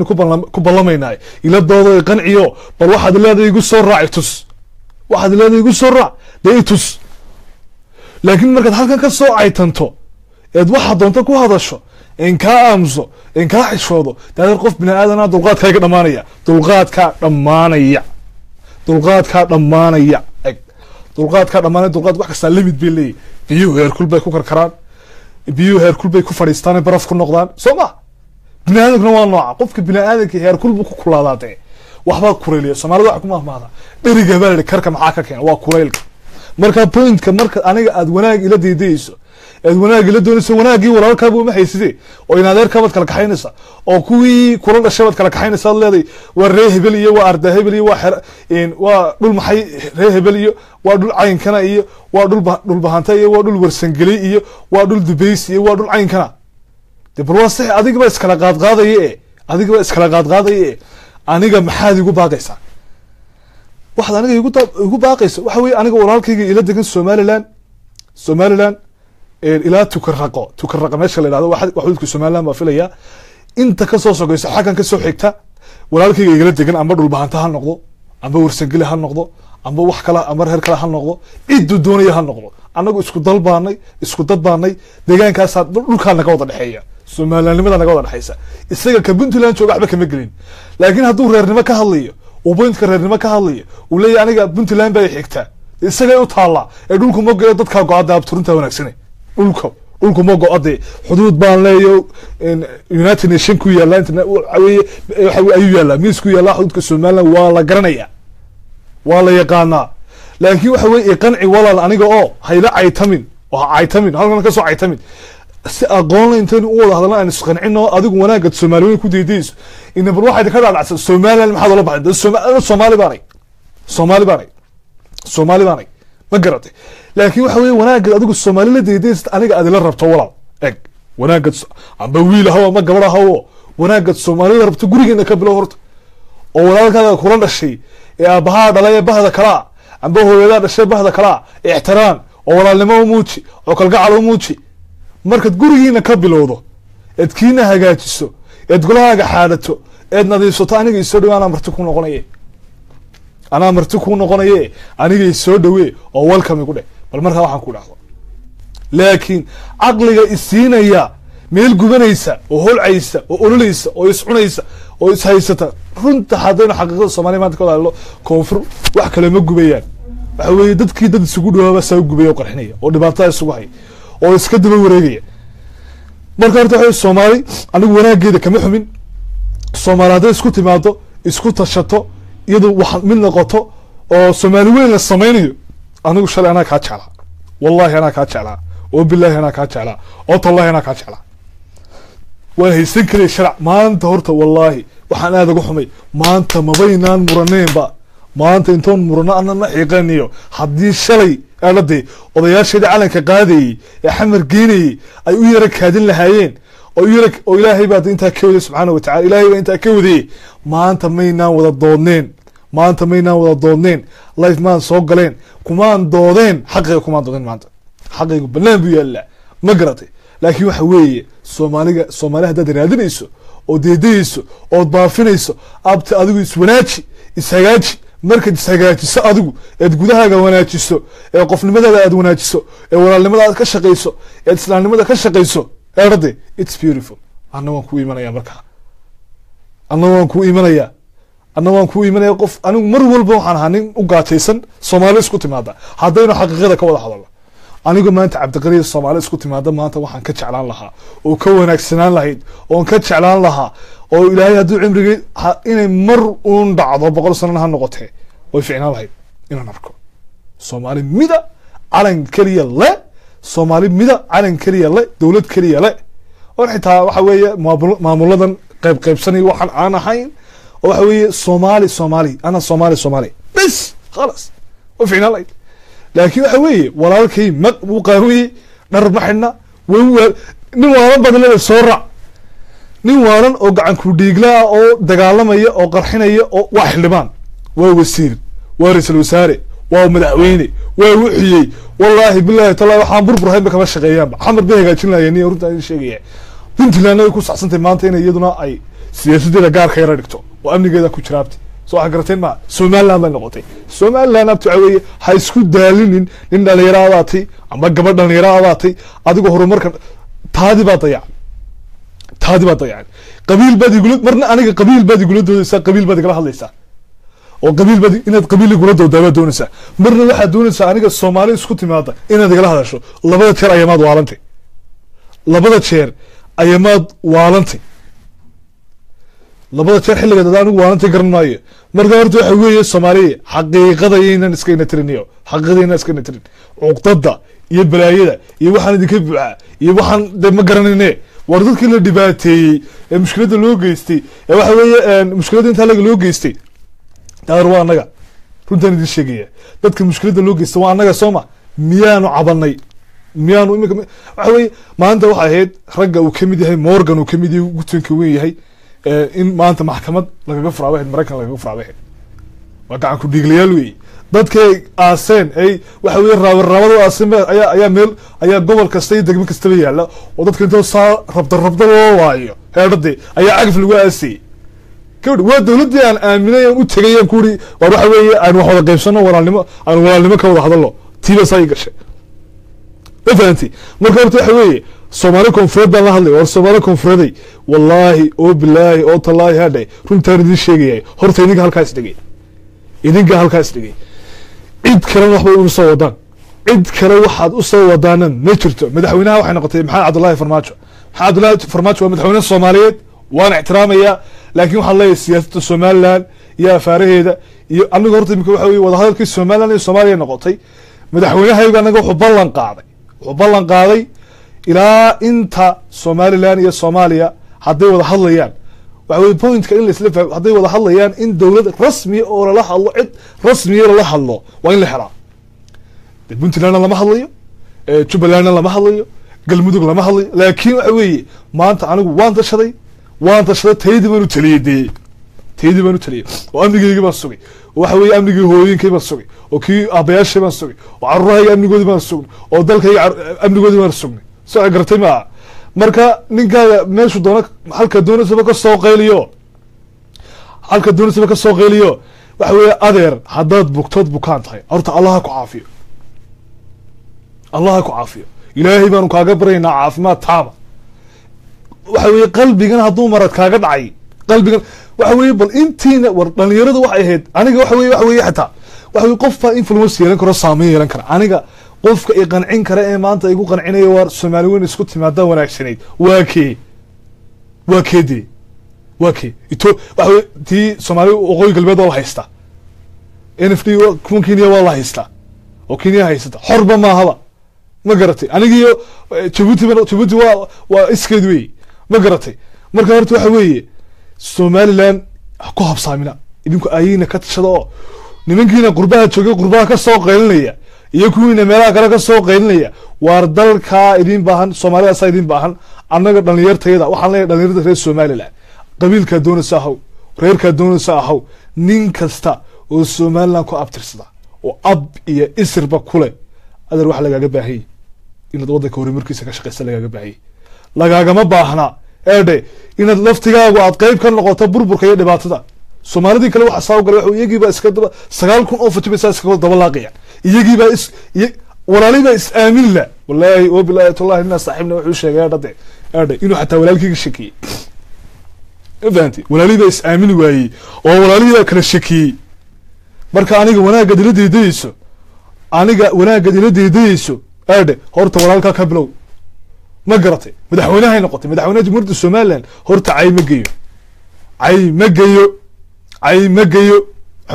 geeyo waxa walaa dab casar walaa cid kale sharciga la tigsanaya inaba loo madaxweynuhu wuxuu leeyahay xasaanad buu leeyahay madaxweynuhu wuxuu leeyahay ixtiraam buu mudeeyay oo madaxweynaha qaranka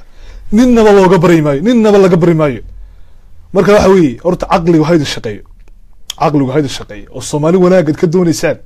haad idinku raadsada oo samaysta oo isku taga oo bal marka idigu halka istaagtaan ee wax noqotaan aniga yeedho oo kaalay igu dhaha ana Cabdiqaniya ka noqonaya aniga ayaa ka noqonaya marka horta waxa Soomaalida adariyaan lagu mashquulin Soomaaliland yaan lagu mashquulin ummad Soomaaliyeed magaca bedela iyo waxaan bedela iyo kan kale bedela iyo war adan maxaa loo bedelaya maxaa indhaha la iska tiraya war dhalinyaradiina idin aaway ma afka Ilaahay biyada kaga shubay waa kanay hadla oo xaqiiqada ka haysta oo xaqiina u hadlaadeen xaweydi kuna aytamin oo cidna dhibaato u geysan oo cidna mushkiladaydan u geysan idinku hadlo afba Ilaahay idin siiyay la garnaqso balinka idin la dooday wax ku qanci wax qanciya amba isagu ha ku qanciyo ma fahanti marka horta waxa ninka aan waxaan aqaana shakhsiga aytama waxaan aqaana waa shakhsi waxa imika waxa qofku markuu horumar gaaro oo maartay mansab ama magac yeesho ayib qofku yeesho ma dhacdaba qofkuba laazim haduu noqdo qof mansab gaara ama magac yeesho qofku haduu noqdo qofkaasi ay iyo dhalil buu yeelanaya aniga qaar bay caayaya adiga bari qaar baa ku caayaya qaar baa ku xaqanaya qaar baa ku qadfaya fahanti fod waa waxa sababtu de waa huyo qofka tahay way qof xaqiiq way maanta haddaan lagu aqoon lagu mana caayo lagu ma yaqaanaba meeyada lagu yaqaanba nin la yaqaanaba ma tihidba marka cidna ku caayimayso marka Soomaaliland waxa isleeyay aydan Ilaahay aydan way ku yani waa lagu sii buunbuuninayaa marka aniga adan yar bay hadhay waxay hadhay in aan maaragtay dalkayga iyo dadkayga aqoonsi u helo wanaagooda ka shaqeeyo oo maaragtay wanaag waan ka shaqeynayaa halka ka sii wado halka inaan ka sii wado xariga sii geejay hadhade ma fahanti ilaa intan waxa weeye ku qancinaya beesha caalamka inay aqoonsadaan maanta wax alla wixii dawlad lagu aqoonsan lahaa ama wadan lagu aqoonsan lahaa waan leeyay waxba waan buuxiyay shuruudii waan buuxiyay laakiin adiga xaasidiye adigoo walaalkaya oo walaal Soomaaliyeed oo halka doonaysa joog adiga xaasidiga hortaagan adigoo xildhibaan iga hortaagan adigoo ra'iisul wasaaraha iga hortaagan adigoo madaxweynaha iga hortaagan adigoo siyaasi iga hortaagan walaalka bari haddaan maanta anigu wax noqdo haddaan maanta wax noqdo cidda u horeysan difaacaya waa adiga cid waxa la ogi maanta iska Ethiopia soo taamaha Ethiopia bal aqli xumadiina idin sheegaya Ethiopia soo taamaha Ethiopia xataa iyadu waxay ogtay Ethiopia lababa u diiday Ethiopia labada ka soo horjeeda Kenya noqotay Kenya labada ka soo horjeeda horta way ka soo horjeeda Kenya iyo Ethiopia waxay ka soo horjeedaan Soomaali isku timaada ma ogola waa habeen xalay tagay ma ogola inanka Ethiopianka iska daa inuu nin weyn oo jaacadigan iska dama dhimay inanka Ethiopianka ee keejiga dhigta waa lagu ababiyaaniyo waa u bixi barinta loo soo baxayay way ma garatay ma ogola mid kalena ma ogola Ethiopia iyo Kenya oo dawlad Soomaaliyeed Soomaaliland ka dawladda federaalku way qasantay waxa weeye madaxeedii ma jir loo rogay oo madaxeedii madax loo rogay ma garanaysa way qasantay moogtay taana ayuu kuma mashquulana waxay ogeen qasanta waa taa badeeda la qaybsanayo waxay noqotay anigana ima ogolaan dawlad noqdo waxaan ogolaan waxay ogeen haddana lagu dawlad noqdo oo calan yeesho oo aan noqdo in Soomaaliland la yaqaano waxay ogeen Britoole inaan adiga kula soo safanayo meed Soomaaliland adiga meed Soomaaliland war wallahi oo billahi maanta ninka maxaarka amba Ethiopianka arday haddaan arko nin xmaar amba Ethiopian amba maanta abti hada Soomaaliya aqligu hayda shaqeeyo niyow war dhalinyarada dhalinyarada wax u sheegaya anu odayaashan tegaya cadceed sii dhacaysa lama hadlayo wadka waa loo sameeyo qof kasta maalin buu dhimanaya eg qof kasta waqti buu leeyahay dhalinyarada dhimanaysa dhalinyarnimada ku dhiman kartaa waayeelnimada ku dhiman kartaa laakiin dadka jiilka imika joogay waaweyn way tegayaan dalka kan iyo dadkan adaa u haraya waxaa loo baahan yahay magaca haddaad soomaalinimo doonayso kal iyo laab inaad soo dhaweysaa loo baahan yahay ma fahanta maanta ma hayn anigu waxa weeye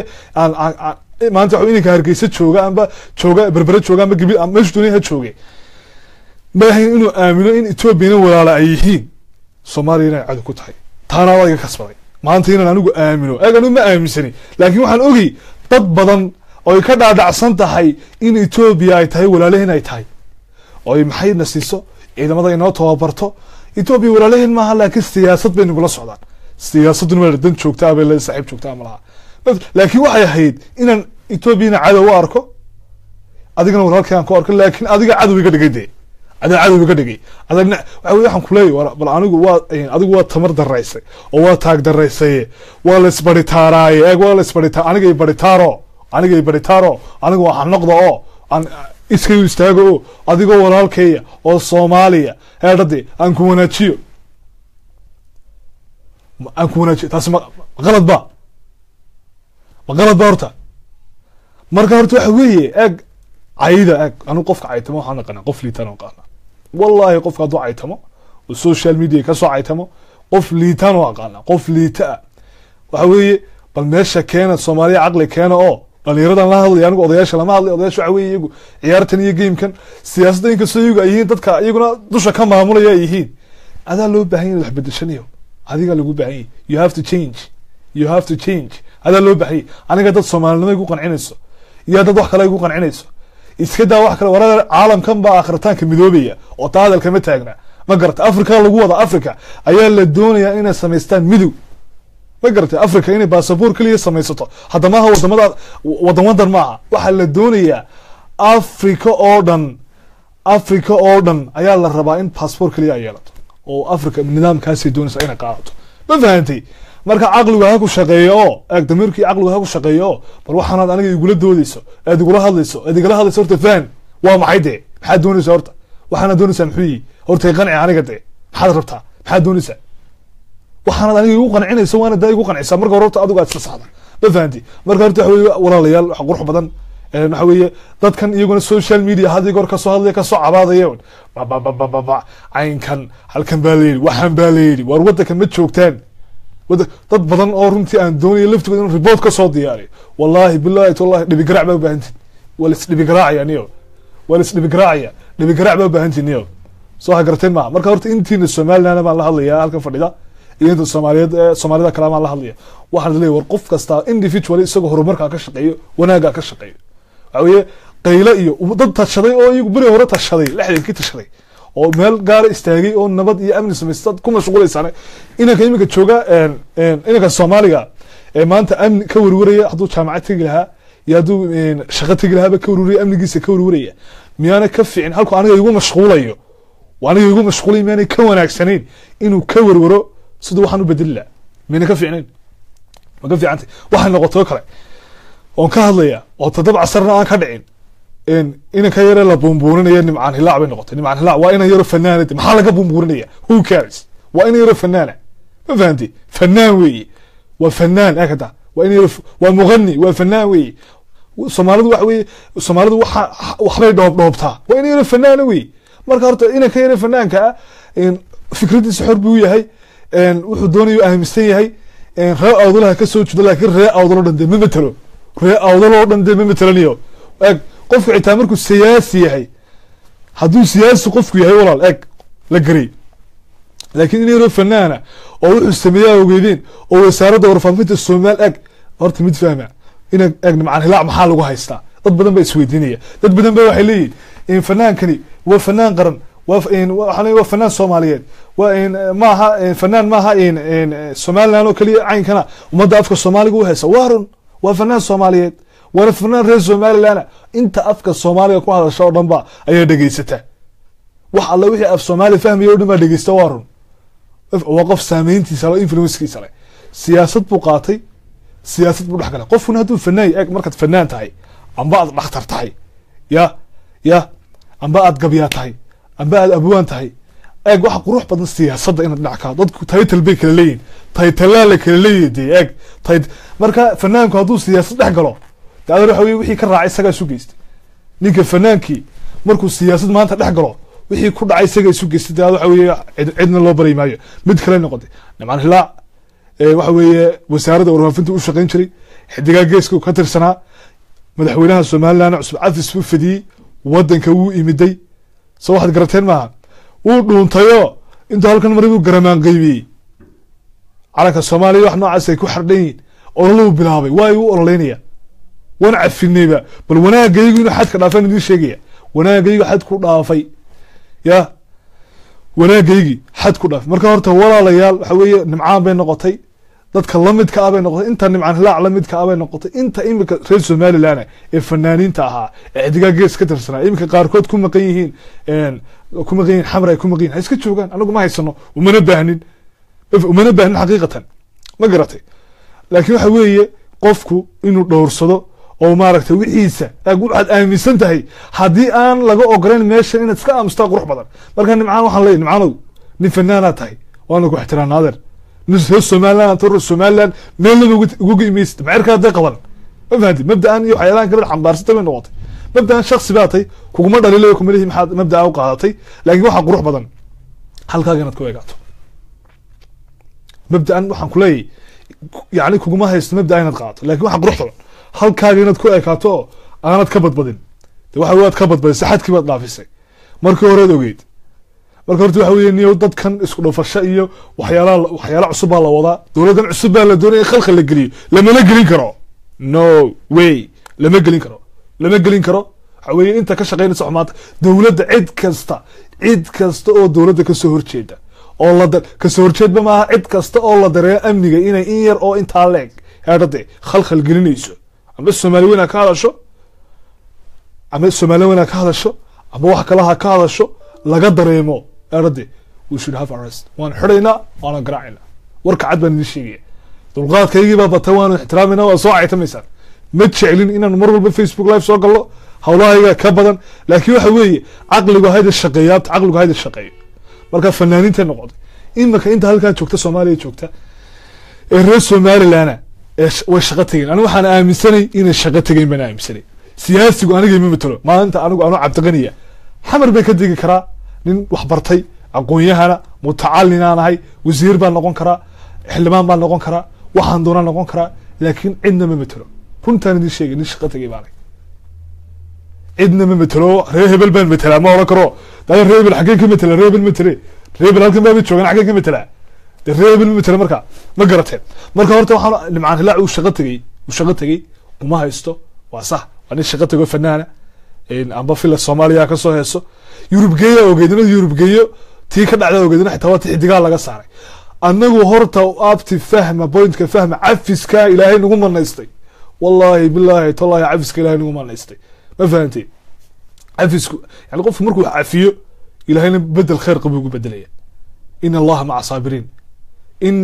maca saabiriin cay waxba nagaga qaadi maysaan xumaan waxba nagaga qaadi maysaan maanta runtaan idiin sheegaya ama isaaq laandhaha amba waxaad doonaysaan dhaha amba maxay laandhaha eg waxaan idiin sheegaya ummaddan way socotay cidna uma baahna ilaahay mooyaane ilaahay subxaanahu watacaala ilaahu maada laga maarminayo maanta aniga siyaasi xunna ima matalo fanaan xuna ima matalo cid kaloo mabda igu qaadatay ima matasho anigu haddaan isbedelo cidna ma matalo iskayba naftayda umaan mas-uulka ahay nafsi marka haddaan shaqo taga maanta anigu waxa qurux badan xataa iskaba shaqo tago maanta waxaan garanaya kumaan kun oo dhalinyaro ah oo reer somaliland boqolaal qaarkood garowe u shaqo tegeen qaarkood boosaaso u shaqo tegeen qaarkood ay u shaqo tegeen koonfur xamar u shaqo tegeen ma fahanti laakiin waxa weye way shaqo tagaan hawlahooda iska soo dhamaystaan mushaawirkooda ay qaataan waxooda ay qaataan wadankooda imaadaan ehelkooda imaadaan ma fahanti way noqdaan ma cid baa warka haysa de maya dhaha waa maya sooma marka waxa laakiin haddaan microphone dheer qaato oo nina i arkaay imaqlaay waan i arkaay imaqlaay de adeer waxa waa ayaan daro meesha rag baa kula jooganayo de meesha rag baa kula joogaabti ma garate waxa weeye markaa horta waxa weeye gacan biraa lagu qabanaya cid kasta waxba dab casar yaa la buunbuunin dab casar waxba yaa la buunbuunin dab casar waan ixtiraamaya qofkiina waa la garanaya dab casar cidna kama fakato dab casar cid alla cid ka fakan fanaan baan ka fakan abwaan baan ka fakan siyaasi baan ka fakan madaxweynaha ka fakan xildhibaan baan ka fakan qabiil baan ka fakan ardaa baan ka fakan reer baan ka fakan ma fahanti maanta wanaaga maanta anigu waxaan u arkayay dab casar inuu isbedelay inuu wanaag wadan u arkayay waxaan u arkayay nin Soomaaliyeed oo waxa weeye walaalnimada iyo wanaaga iyo waxba ka shaqeynaya oo isbedelay oo xumaantii iyo hadaladii ma aragtay dalqaafka ahaa iyo waxyaalaha xitaa dhagahan baa wasaqoobay moogti dhagahan imika saanigu nin weyn meeyo gadashaar walay wallahi waxyaalaha qaar kood marka ay dhagahay ku soo dhacaan I feel shy when I show you what's going on ma fahanti bale maxaad u maraysaa carruurtii maaragtay dhowritimo jiradii maxaad u malaysay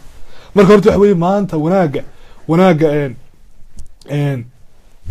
marka horta waxa weeye wanaaga ayaa qurux badan in qofku maaragtay ka shaqeeyo marka dab casar wixii ku dhacay way dhaceen ma fahanti hadal baana ka dambeeyay waxa weeye waa laga wada hadli wixii dhibayso hadday dhibaato soo gaadhay nin rega boqol laga heshiyaa boqol la dilay oo kow lagaga siiyey arday ayaa laga heshiyaa ma fahanti marka sheekha horta waxaan leenahay sheekhuna ilaahay horta ilaahay caafiyo sheekha xukuumadana waxaan leenahay sheekhu waa qaldamay bal hal iska caafiyo madaxweynuhu dhaleecaynayay uu madaxweynuhu afka la dhacayay bal iska caafiyo madaxweynahaas ha caafiyo wax kala garan mayne bal iska caafiyo waxa ilaahay cafisku nagu manaystay ya ilaahay cafiska ayuu nagu manaystay moogtay marka horta madaxweynaha waxaan leenahay ilaahay maaragtay ilaahay baa wax cafiya marka horta iska cafi baan leenahay marka horta waxa weeye idinku Soomaaliya laakiin waxyaalahan kale dad badan baa xitaa wallahi dad badan oo iyagoo aan xitaa dab casarna ka naxahayn Soomaaliland ka naxahayn oo toodiba dayacantay ba soo hadlay maxaad ka soo hadlay waxa weeye ايش فايده maxaad ka faa'iideysaa maxaad ka faa'iideysaa marka horta waxa weeye wanaaga ha laga shaqeeyo intiina halka fadhida ee waxyaalaha soo qorayaan arkayo waa lagaga wanaagsan yahay waa lagaga fiican yahay Soomaalida laga doonay inaad isku soo dhaweyso adaa laga rabaa waxa weeye intiina reer Soomaaliland laftiguna hala caytamina iska daaya haba la caytamina waxa weeye dadkan wanaagu isaga يعني أسوة حسنة النبي صلى الله عليه وسلم يقول يعني ضدك ومضى واحد تسالون أكسم ومضى وطهي ما كانت واحد دنيا إن نقول أسوة حسنة وضدك وناقة نهر صيد وإن راس الصومالية وحنا صمي صنّي دولة ديمقراطية يا دولة ديمقراطية شن مدحونا إسبدلي ما فهمتي وهب من وفد كوميدي ما فهمتي دولة ديمقراطية صميستي برلمان ما دستي كلوس واحد دستي محكمة دستي يا كل ديجان ما سميستي everything شروطي بنبوحي walaalkay baa tahay Soomaali baa tahay horumarkaygaad ka xuntahay maxaad igu xuntay meena dulmi hayn bal dulmi baad ka sheekeynaysaa meena dulmi shalay baan dulmi galay oo dhiigayga dhulka loo qubay oo istifaacay ma fahanti oo ku cafiyay waliba waan ku cafiyay meena ku cafin taas ma beenba waan ku cafiyay wallahi bilaa talaa waan ku cafiyay حتى يسويجيسا وين كعفي هادنا واحد سمي waxaan ku ila dhiso waxa ila dhisaan ku marka dab casar wixii ku dhacay waxa weeye way ku dhaceen amba dawladda federaalka soo dirto dad baa waxay leeyihiin dab casar waxa laga soo fangarinayo Soomaaliya maybe waa dhici kartaa in dawladda federaalka dhalinyaro waxay jira brainwashing oo maskaxda laga bedelay oo balaayo lagu soo sheegayo halkan imanaya oo wax faafinaya ma garatay marka horta waxa weeye annaga intayada kale ayaa ka adag af baan ku difaacaynaa wadanka cudud baan ku difaacaynaa qori baan ku difaacaynaa afyaadin baan ku difaacaynaa annagoon cidna caayin qofna aan ataagin qofna aan dhibaato u geysan taa laabihiina geliya marka waxa weeye horta xaqiiqada ha iska inatrina dadkiina caytamayaan u sheegayaa live-kan igala socda waxba walaalayaal iscaayna waxa weeye ay iscunaysaa waraabiska ma celiso joojiya daba casar waa nin Soomaaliyeed dawladdan iyo dalkan iyo dadkana waa dad Soomaaliyeed laakiin siyaasad gaara iyo nidaam gaara ayay qaateen ma fahanti marka waxay mudan yihiin in lagu ixtiraamo maxayba caynkana iyo puntland baa anagu midnaba odhan mayno waxa weeye garowe boosaaso asxaab baan ku leeyahay dad baan ku leeyahay social media ka wada xidhiidhno asxaab ayaan ku leeyahay muqdisho saas ilaga asxaab baan ku leeyahay dowladyaanka asxaab baan ku leeyahay way wada daawanayaan way wada garanayaan si fiican baan soo garanaynaa dad soomaaliyeed baanay waxa weye way iman karaan waanu tegi karaa laakiin waxa weeye markaad adigu intiina kale xumaan ka shaqaysaan anagu sidee isugu soo dhawaanaynaa maba dhacaysaba dee marka waxa weeye waa bal anaga jiilkaygan iminka jooga dhalinyarada waxbaanu arkaynaa dadka waaweyn baan la hadlaya waanu arkaynaa waaqac soconaya waanu arkaynaa waxaanu doonaynaa inaanu bedelo anoo cabdiqaniyo number 1 ka abaa bedelaya insha allahu tacaala waxaan bedelayaa in mabda'an somaliland horta la hirgeliyo somaliland ay noqoto qaran madax banaan waxa weeye maanta waxay ogtihiin professor axmed ismaaciil samatar baad ogtihiin ina mahdi buubaabaad ogtihiin oo imiday oo soomaali weyn marka laga hadlayo ee laga hadlayo midnimo soomaaliyeed bal caqliga waa bal professoradeeni waa cali khaliif kale meenu professor ahayn cali khaliif kale baan idin sheegayay professor ma yahay mise maaha professor axmed ismaaciil samatar waa taqaana waa professor ina mahdi buuba waa professor niman kale waa professor inta Soomaaliya tageen waa niman waliba reer Somaliland ma garatay ama dhulbahanta ahaado ama gadibiirsi ahaado ama cidagala ama cudoonay ahaado waa niman reer Somaliland Soomaaliya ay tageen in badan bay u ololeynayeen xisbiye ku lahaayeen Soomaaliyeed bay u ololeynayeen caynkan wixii ba waxay noqdeen inay waxba kama jiraan dadka inay waxa weeye ceel aan biyo ku jirin hadii loo aroor tagay meena ceeb ahayn waxay dareemeen aqoonyahankii waxay dareemeen ugu horeeyay axmed ismaaciil samatar waxay dareemeen axmed ismaaciil samatar ninka igula maanta waan ka caqli badanay oo waan ka aqoon badanay waa kuma amba ninka ma jirto waa hal door marka laga hadlayo Soomaali maxamed oo dhan marka laga hadlayo waa hal doorka ummadda Soomaaliyeed bay kamid yihiin waxay garteen waxan ay doonayeen ay u socdeen ay u samreeyeen inta doonayeen maalin maalmaha kamida ay kamida dhaliyaan inay tahay hal bacaad lagu lisay marka waxay ka xishoodeen in iyagoo da'daasa oo cimrigaa taagan oo aqoonyahana inay sidaa ku dhintaan hadda ma fahmaysaan midaas ka xishoodeen marka horta waxa qurux badan meesha aqoonyahankii ay wax fahmeen imikadaa laftigeeda dad badan oo aqoonyahana way ka niyad jabeen wixii la oran jiray Soomaaliya isku timaada way ka niyad jabeen dad badan oo marka hore igu islaam war bal maalin maalmaha kamida marka horta way ka niyad jabeen way ka quusteen waxay dareemeen waxyaalahaas inay yihiin waxyaalo aan la gaari karin waxay dareemeen in waxyaalahaas yihiin riyooyinka waxa ugu xun baa daydreamiska qofka maalinta riyooda bal qof miyaad aragtay soo jeeda bal iminka anigoo soo jeeda riyoonaya ka waran miyaan doqoni ma ahayn waa doqonimade marka qofku markuu seexdo haba riyoodo laakiin marka qofkaaga soo jeeda caqligaa leh ee wax arkaya ee dhibaatooyinka soconaya arkaya ee halka wax marayana arkaya ee halka anigu aan taaganaya arkaya cadaab baad ku jirtaayo gud baad haadaan baad sidaa uga dhacdayo markaasaad leedahay soo gal miyaan waan lacagad soo galaa haadaan baad ka dhacday miyaan dee kula waashaadna inayla waalaad wadaaye eg inayla waalaad wadaaye miyaan kula waash dee kula waalan maayo abti waxaan doonayaa in adigoo halkaa joogaad soo hambaliyeyso oo oodii gacan taagto oo tira war ninka halala shaqeeyo oo godka kaa saaraan doonaya anigu dee al-shabaab baan kula dhicinaya kenyaankan xuna ku haystee ormadaa baan kula dhicinaya ethoobiyaankan ku haystaan kula dhicinaya maanta dhulkaagiiba ethoobiyan xukumaya kenyaan baa jooga ethoobiyan baa jooga ma fahantay senegal baa jooga waxa weeye african unionkii baa dhulkaaga jooga oo anigu ciidan baan leeyahay quwad baan leeyahay bal inankaaga doodayow elay saaq laan baa tay war saaq laan ma ciidankan mooday saaq ba adaan ku dhiibay waxa loo waxaan ciidan xoog leh ee quwad leh ee gaari leh ee technical ee kaara leh heede ee askari leh ee asluub leh ee trafiile ya waxa weeye ma waday saaq ba meel qof caqligaaga iyo dimirkaaga meenu shaqeynin aniga hay sheegin inan yar amba oday yar amba cid yar oo mucaarada intaasina dan ay lahaayeen bay iga dhex waayeen anigu danta caamka baan ka shaqeynaya danta caamka ayaan ka shaqeynaya reer hebel waxa weeye maanta anigu wadanka haddaan berri wadanka madaxweyne ka noqdo mustaqbalka eedhe dan caama inaan ka shaqeymo dan reernimo kama shaqeynayo maantana madaxweynaha qaranka Somaliland taasuu ku socda haddaanu dib iska bedelin taanu ku dooran anigu waxaan kamid ahaa dadkii u codeeyey Muuse Biixi Cabdi ee dhiigga u shubay inuu soo baxo ayaan kamid ahaa intiina ka xun baan u sheegaya ma garatay waxaan ogaa waxa weeye isma faaninaye qofku inuu indheer garad noqdo fiican indheer garad inuu noqdo fiican ma garatay marka nin looga baqayo ma aha inuu cid kale dhibaateeyo reebel dad maangaaba waxay ku oranayaan maxay baa la dib loo geysanayaa iyo reebel baa dib loo geysanayaa reebel baa godob noocan galay no qofku adeer markuu masab gaadho madaxweyne noqdo meel uu gaadho qofku waxaa jira kursigan baa iska wata waxyaalo fara badan iska wata marka madaxweyne waxaan leenahay iska samir dabca sarna waxa weeye Soomaalida wax kuma madan nin waalan tolkiiba u miir qaba nin waalan Soomaaliyay eedaday bal idinku in wadankan xiiqsane nin baalade waalda rawliga barag la diri jiraniyo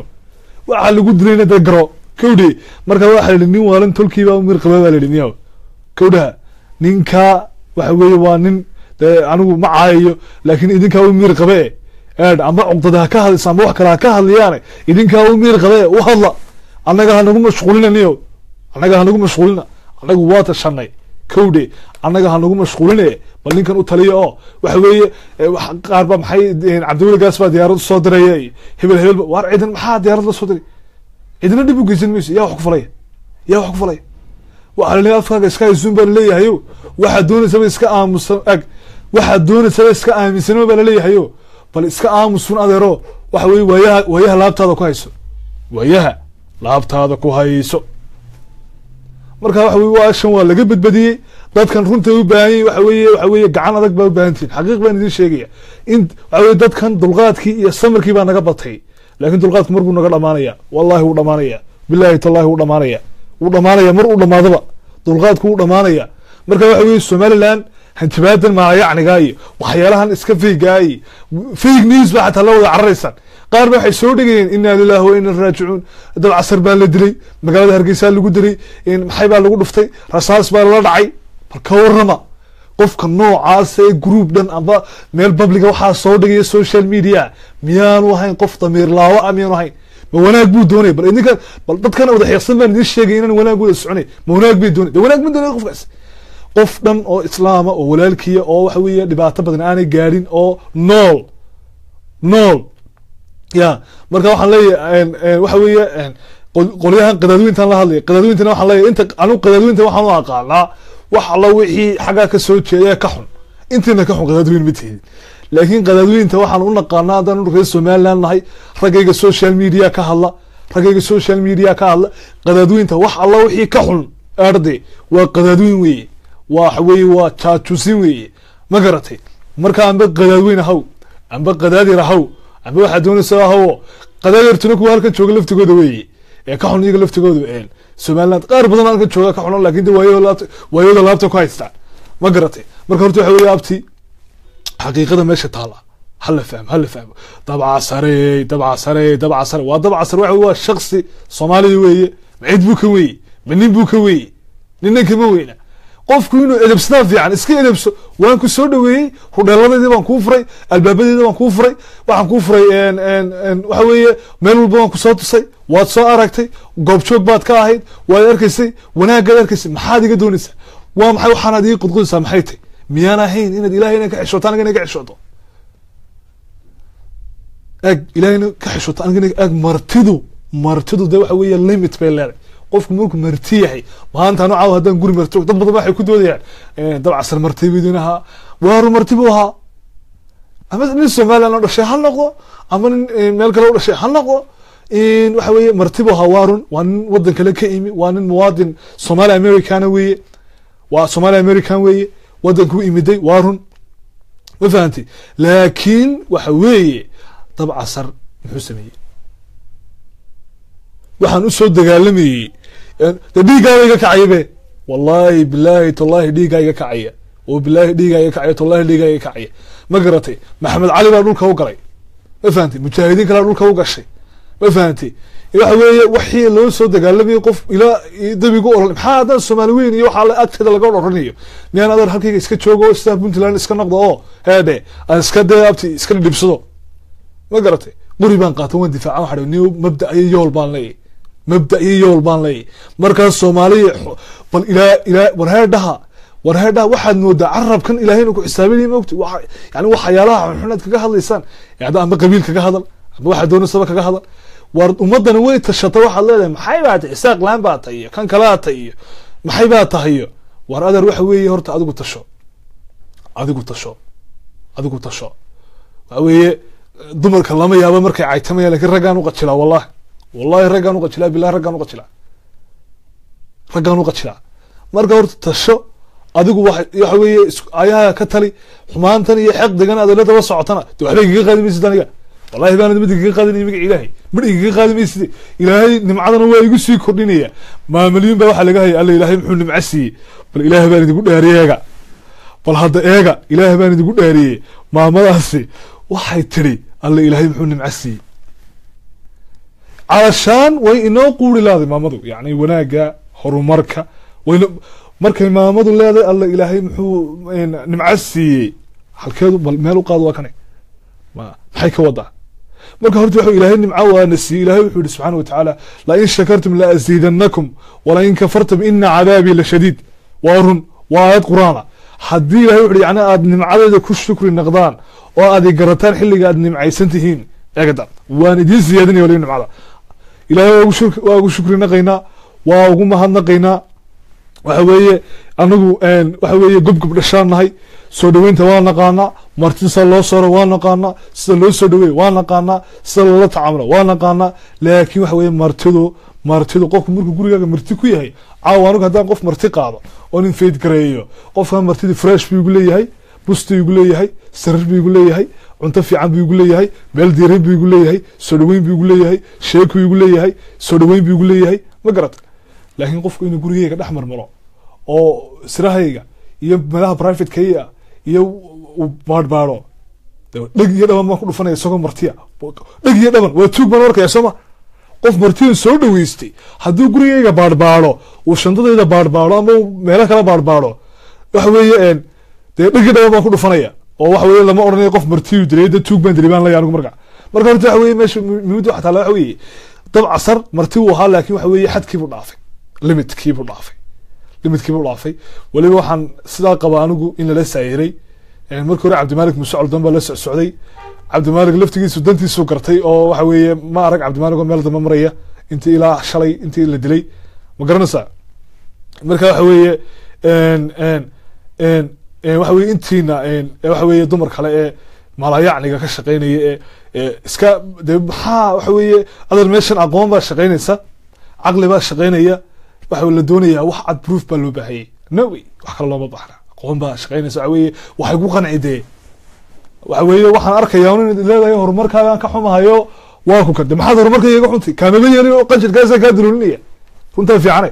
ma garatay waxay leeyihin maxay bay caynkan iyo sidan bay kan iyo war waxa weeye askariga qofka askariga markuu askariyey anigu haddaan askari ahay maanta waajibkaygu wixii wax kasta oo somaliland midnimadeeda walaalnimadeeda maaragtay horumarkeeda mabda ay aaminsanta ka hor imanaya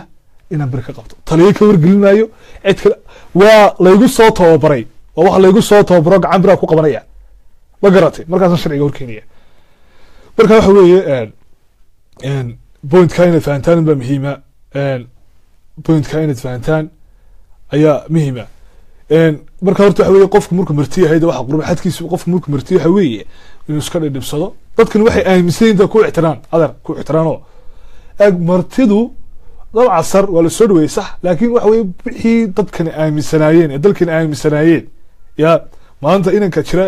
inanka dhashay xilliga waa anoo miidhan dadkii xilligaa dhashay maanay raggaa talinaya ee haliyada maanay soo had garatay maaha kawdhe soomaalida waxay ku mahmaada haddii lagu sheego waa la sheelaa haddii lagu sheelna waa la sheegaa soo had garatay maaha marka horta waxa weeye in lagu ixtiraamay mudan tahay waxay aaminsan tahay ma mudna in maaragtay laga hor imaado in lagu dhibaateeyo may mutaysan in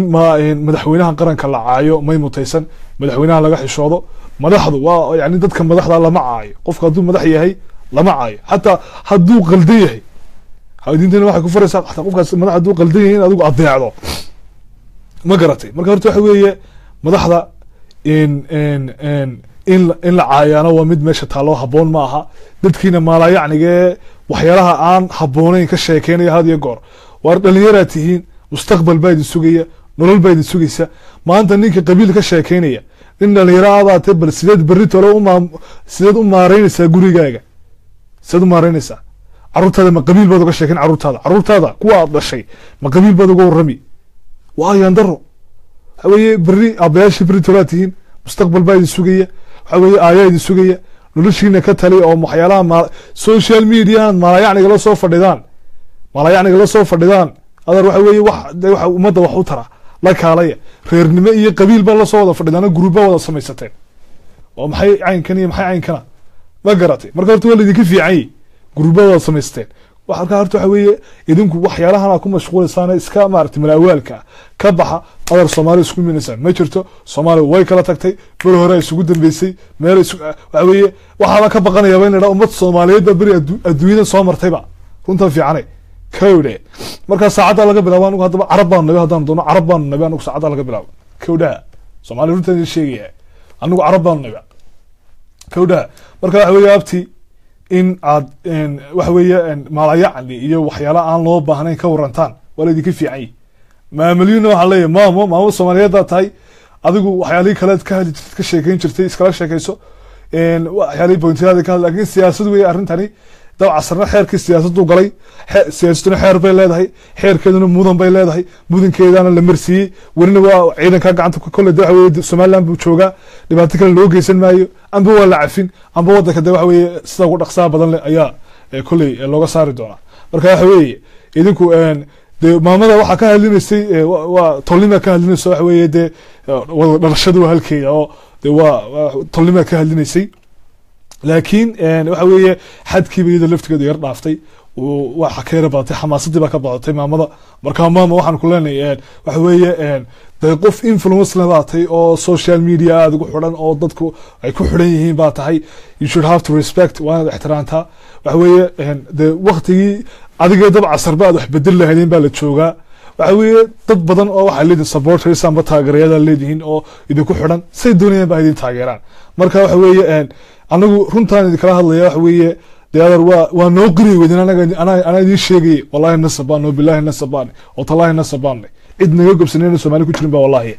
kowde qof waxa ugu gobsan maanta walaalka maanta markuu ku dhibaateeyo uu mushkilad ku geysto amba ha ku caayo amba ha ku dilo amba dhiigaaga ha qubo iskala cafida ka waran maxaa ka gobsan maxaa ka wanaagsan tira walaal waad ugu qaldantay shalay waa heshinina wanaag baa kula rabaa maxaa gobonnimada ka wanaagsani halkay joogtaa marka horta waxa weeye pointkan ha ilaawina marka intiina xumaa ka shaqeynaysa waxa weeye intiina xumaa ka shaqeynaysa waa la dagaalameynaa af iyo adib ma kula dagaalameynaa ilaahayna waa na baraysaa loo hadlo waanu la dagaalameynaa af iyo adib ma ku difaacaynaa ma garatay marka waxa weeye dabca sarna de kulay xaalkiisa kulay waa dad kala socotaan adar qabiil iyo waxaan ka bax qabiil iyo qabiil qaran ma noqday waxyaalaha ku habsaamina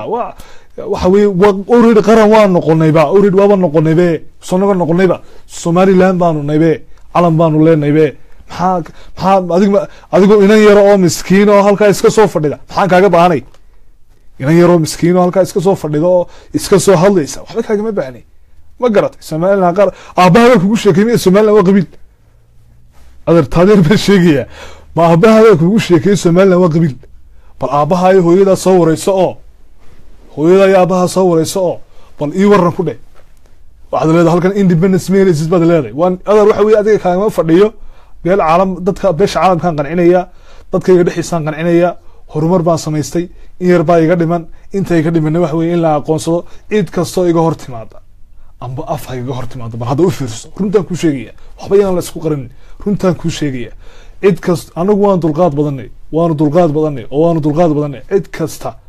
oo naga hor timaada oo af naga hor timaada oo adin naga hor timaada waan ka hor imanayna intiina halkan ka soo leebaan ayaan la hadlayaa isaaq qaran ma noqon karo war isaaq waxa weeye adar qabiil baa la dega ilaahay baa dad boqortooyo ka dhigay runta warka cad baan laabteeda ka gelinaya ilaahay ayaa boqortooyo ka dhigay kowdader ilaahay marka horta qofku ilaahay wuxuu siiyay sandaladu ilaahay siiyay lagama qaadade marka horta reer sheekh saaq runtaan idin sheegaya waa igu kalifaysaane taaj baa ilaahay saaray subxaana wa tacaala taaj baa saaran ma fahamti waa boqortooyo waa dad cafis badan waa dad walaalnimo jecel waa dad wanaag jecel ma fahamti marka horta waxa weye anagu cid kasta oo dadka ummadda soomaaliyeed cidnaba anagu waxa weye cuqdad iyo xasad uma hayno kuwiina xasuuqin ugu dhawaabaan iska cafinay soo waxaad garateen maaha idinku bal wanaaga ka shaqeeya oo bal qof soomaaliyeed baad ka xuntay horumarkiisa ee maxaa yacni maxaad kala ka sheekeynaysaa marka horta adeer waxa weeye ilaahay boqortooyu naga dhigay adeer waxa weye inaan faanoon ugu kalifisay boqortooyu ilaahay naga dhigo dadkii baanu ka dhex muuqanaayo dadkii baanu ka dhex muuqanaayo meel walba waxa weeye number one baanu de ilaahay baa naga dhigay ilaahay baa hoggaan naga dhigay ma fahanti ilaahayna waxa weeye annaga toobadda hana waafajiyo waxa weye nimcada waxa weeye waa la isku halaaga marka intiina la isaaq laan iyo maxay laan iyo adeer isaaq laan ma aha that's not the case waxa weeye waxaan u aragnaa inaad ka xun tahay horumarka iyo wanaaga bal adigaagala isaaq laan car halkeed joogta car ii soo qora bal halka joogtay sheeg inaad xataa weliga arag baa laga yaabaa dhul somaliland ma fahanti laakiin lagugu sheekeeye in lagugu sheekeeye baa laga yaabaa marka horta waxa weeye at least qof wax barto mutacalin aad wax bartay waxaa lagaga baahan yahay inaad halka joogto iyo cidda aad la joogto horta wax u qabato aad wax u qabataa ayaa qurux badan malayacni iyo maxaylaan iyo waxaan adar maxaa lagu daalayaa soomaali 720 sanad ila daba ordisay waxba igaga qaadi weydayay in wadi waxba igaga qaadi waayay bal ilaa goormada ila daba ordisay in waxba igaga qaadi weydo caynkan baba sidan ma fahanti marka waxaan leeyahay kanaxo nafta waa inta xaasidiinta ee Soomaaliland horumarkeeda ka xun anu qabiil kama hadlayo inta Soomaaliland horumarkeeda ka xun gacan bira lagu qabanaya gacan bira ayaa lagu qabanaya ma fahanti waxa weeye inta Soomaaliland horumarkeeda ka xun anu mar walba waan ka hadla anu ma jeceli ummad Soomaaliyeed inaan dib u geysto inaan qadfo inaan carabkayga iyo afkayga wala tago aan dhibaato ugu geysto ma jeceli ilaahay malaa'ig baa iga qoraysa waa laga xisaabaya ma fahanti reer dhan oo qabiil halkaas ka degan ila dhibaato u geysto laga fiicay laakiin idinka intiina kala la hadlaya wallahi billahi tallahi been idin sheeg maayo Soomaaliyeed waxa barateen yani ay iyo waxyaalo maala yacni waxaan la idinka baahnaynayo ma fahanti marka horta wanaaga ka shaqeeyo halkan ay iyo maxay iyo in reer hebel baa sidana iyo kan kala noocana iyo waa idinka fiicay bar imika intiina halkan ku diraraysa waxa amba Soomaaliland haatay mid kala haatay waxa weeye waa looga fiicay marka horta waxa weeye cid gaarana taagmayno cid anaga si gaara maaragtay noo soo taagta waanu de kullu wixii nagala gudboon baanu ayaan mudanteeda ka marayna waxa weeye waxaan idinku soo gabagabeynayaa waxa weeye Somaliland ciidankeeda leedahay difaaciya cid kasta leedahay waxa weeye maanta doorasho xor iyo xalaal ka dhacday wadanka alxamdulillaah rabbil caalamiin madaxweynaha aanu doonaynay aanu calmanay aanu intaas soo dhan maaragtay la soo garab taagnay hiilyahooda ayay ilaahay maaragtay nagu guuleeyay inuu soo baxo waa nin reer Somaliland waa nin reer Somaliland dhaba ah waa nin ay dhuuxa iyo dhiiga iyo intaba hataa u dhimanaya oo shalana diyaarahan uu dhinto soo fahanteen maaha marka waxa weeye Soomaali isku imanaysa ma jirto Soomaali baro hore kala tagtay cidina amsi Soomaali weyn baa isku imanaysa idinku dhexdiina hagaajiya dhexdiina wanaajiya gobolka aad ka soo jeedo ama degmada aad ka soo jeedo aad dhexdeeda wanaaga ka shaqeeya adigu marka ka bacdina aan wada hadalno intiina reer Soomaaliland halkan joogta amba Hargeysa joog ama gobol kala joog ama meel kala joog waxaan idin sheegayaa in aydan la qasan la caytamin dadka maangaabka qofku hadduu iska maangaab yahay ilaahay baa caqliga subxaanahu wa tacaala bixiya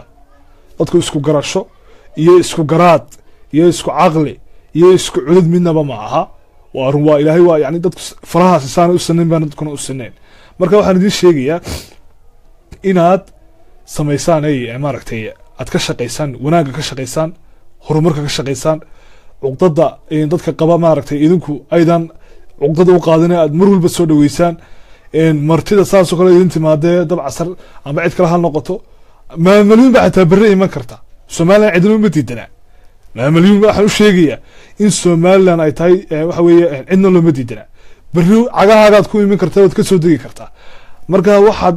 ka soo caytamayso ee la soo qaylinayso dee aanu garan maayo hooy marka xishood waxaan ku leeyahay waxa weeye waa siyaasad dumarka anagu siyaasadda kumaanaan ogeyn siyaasadda dumarku may soo geli jirin iskaga bax siyaasaddan ka fadhiiso marka waxaan ku leeyahay waxaan leeyahay salaadii baa la eedaamay dee biistan loo faadan leeyahay nabadda amniga iyo walaalnimada ha laga shaqeeyo cuqdada iyo xumaantana ha la iska daayo inta bogtana ilahay waxaan uga baraya in ilaahay caafimaad taama siiyo aamin soo qora hadda aamin soo qora intiina reer somaliland iyagu aamin xitaa bal qof aad u ducaynayso ilaahay ku caafiyo alla niyo heedhaha wallaahi bilaahi tallahi ummadan ya bal ilaahay waxaan kaaga baraya ilaahay caafimaadku siiye ilaahay ku caafiye eedhe oo maradkan qalbiga kaaga dhaca ilaahay kaa dayo bal aamin de aamin xitaa odhan karimays marka waxaan idinkaga tegayaa peace and love somaliland ha jirto ha joogto ha warto cadowgeeduna down hadda down dhaha somaliland cadowgeed waxaan leeyahay down waxa weeye down baan leenahay marka kolley commentidina akhriya insha allah waqti ma hayo waa inoo mar kale iyo lifeka xiga assalaamu calaykum waraxmatullaahi wabarakaatu intaan ku kulmayna lifeka life lamida waxaan leeyahay fi amaan illah